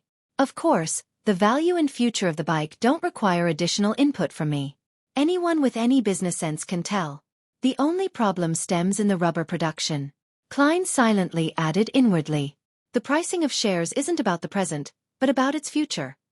Isengard softly repeated Klein's words, and after a moment he sincerely sighed. Sherlock, perhaps you should be involved in the business world. However, there will always be many accidents present. To dare to take risks is equivalent to chivalry in business. Oh well, I admit that I've recently been in dire need of large sums of cash, Klein replied with a smile. Isengard picked up his pipe as he gave it a satisfactory suck. You've convinced me. I will specially hire a lawyer and accountant to confirm the market value of Backland Bike Company. Then, I'll add on an estimate of the expected profits and sell that 10% of yours.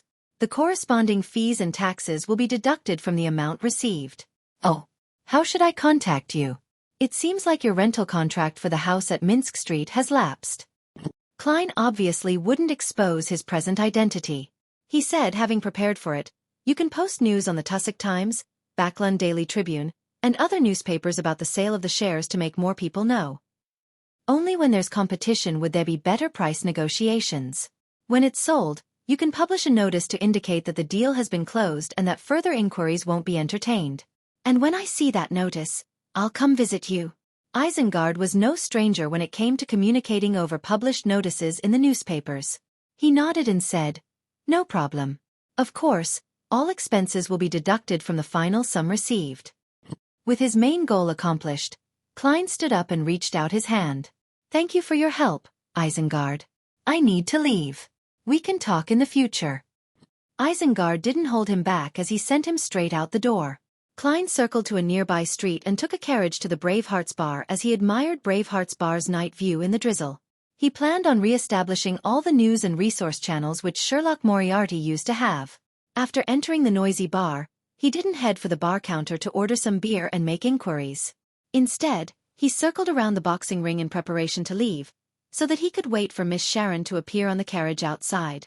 At this moment, the door to a billiard room creaked open. Ian, with an old coat, walked out with newspapers in hand. His red eyes did a cursory sweep when he suddenly noticed a familiar figure. He gaped his mouth, but he didn't say his name. He greeted in pleasant surprise. "Good evening, sir. Is there anything I can help you with?" "Not for now. I'm only here to visit an old friend."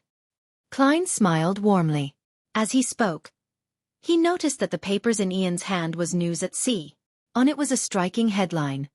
"Shocking. Crazy adventurer made a fugitive." Crazy adventurer. Klein intuitively believed that it had nothing to do with him. Ian noticed his gaze and raised the newspapers with a smile. This is one of the rare up-to-date reports from News at Sea because the bounties have already appeared in various places. The crazy adventurer, Gairman Sparrow, plotted to bring harm on the City of Generosity, and he has been proven to be a member of a cult. In this incident, thanks to the Church of Storms and the military, no one from Byam was injured. But Admiral of Blood Senor, who was involved in the matter, vanished as a result. It's suspected that he has been killed by Gairman Sparrow. Guess how much of a bounty they are offering for Gairman Sparrow? £50,000. It has exceeded Admiral of Blood's, and it's almost reached that of Admiral Hell's. £50,000. Klein's heart stirred. He calmed the palpitations in his heart as he replied with a smile. "Unfortunately, few people can claim such a bounty." He pointed at the bar's entrance and said, "I'll come to look for you again when I have the time." "All right." Ian didn't ask further as he mentioned in passing, "Is Mr. White from the Harvest Church your friend? That fellow, Emlyn, is finally willing to get out of the house." "For those primordial moon believers?" Klein nodded. "That's right." After saying that, he squeezed through the crowd and pushed open the door to leave the Bravehearts bar. After getting onto a rental carriage, Klein cast his gaze outside, awaiting Miss Sharon's appearance. Of course, he wasn't certain that she was here. Months had passed, so it was very possible that this lady and Marek had switched their area of activity. Silently, Klein's spiritual perception was triggered as he turned to look at the window. On the glass which could reflect the night view, a young lady in a black bonnet and Gothic-styled black dress clearly appeared. Turning his head, Klein saw Miss Sharon sitting opposite him. Her pale blonde hair, blue eyes, and pale expression didn't seem any different from before. "Good evening." Klein, who no longer needed to act as Gairman Sparrow, greeted first. Sharon got up a little and curtsied. Realizing that she might have read News at Sea, he was momentarily unable to find a topic for small talk. He cleared his throat and directly said, "I killed Senor." "Okay." Sharon nodded slightly, indicating that she was aware. Klein smiled as he continued, "If Marek still needs the beyonder characteristic of a wraith, he can wait and prepare the money needed. Once I find a replacement, I'll sell Senor to him." Sharon didn't ask what replacement meant as she replied, "After seeing that piece of news, he has been awaiting your return." "Very good." Klein chuckled. He reached out for his collar, pulled out a silver necklace and said, "Senor's lucky item. You should know about it, right?" Sharon tersely answered as she waited for Klein to continue. "I plan to sell either this or the biological poison bottle. Would you, or people from your circle, be interested?" Klein took the initiative to ask, "You're tuning in to the Xueqi's Martial Arts Saga YouTube channel. Don't forget to subscribe and join us on this journey to catch the most captivating stories."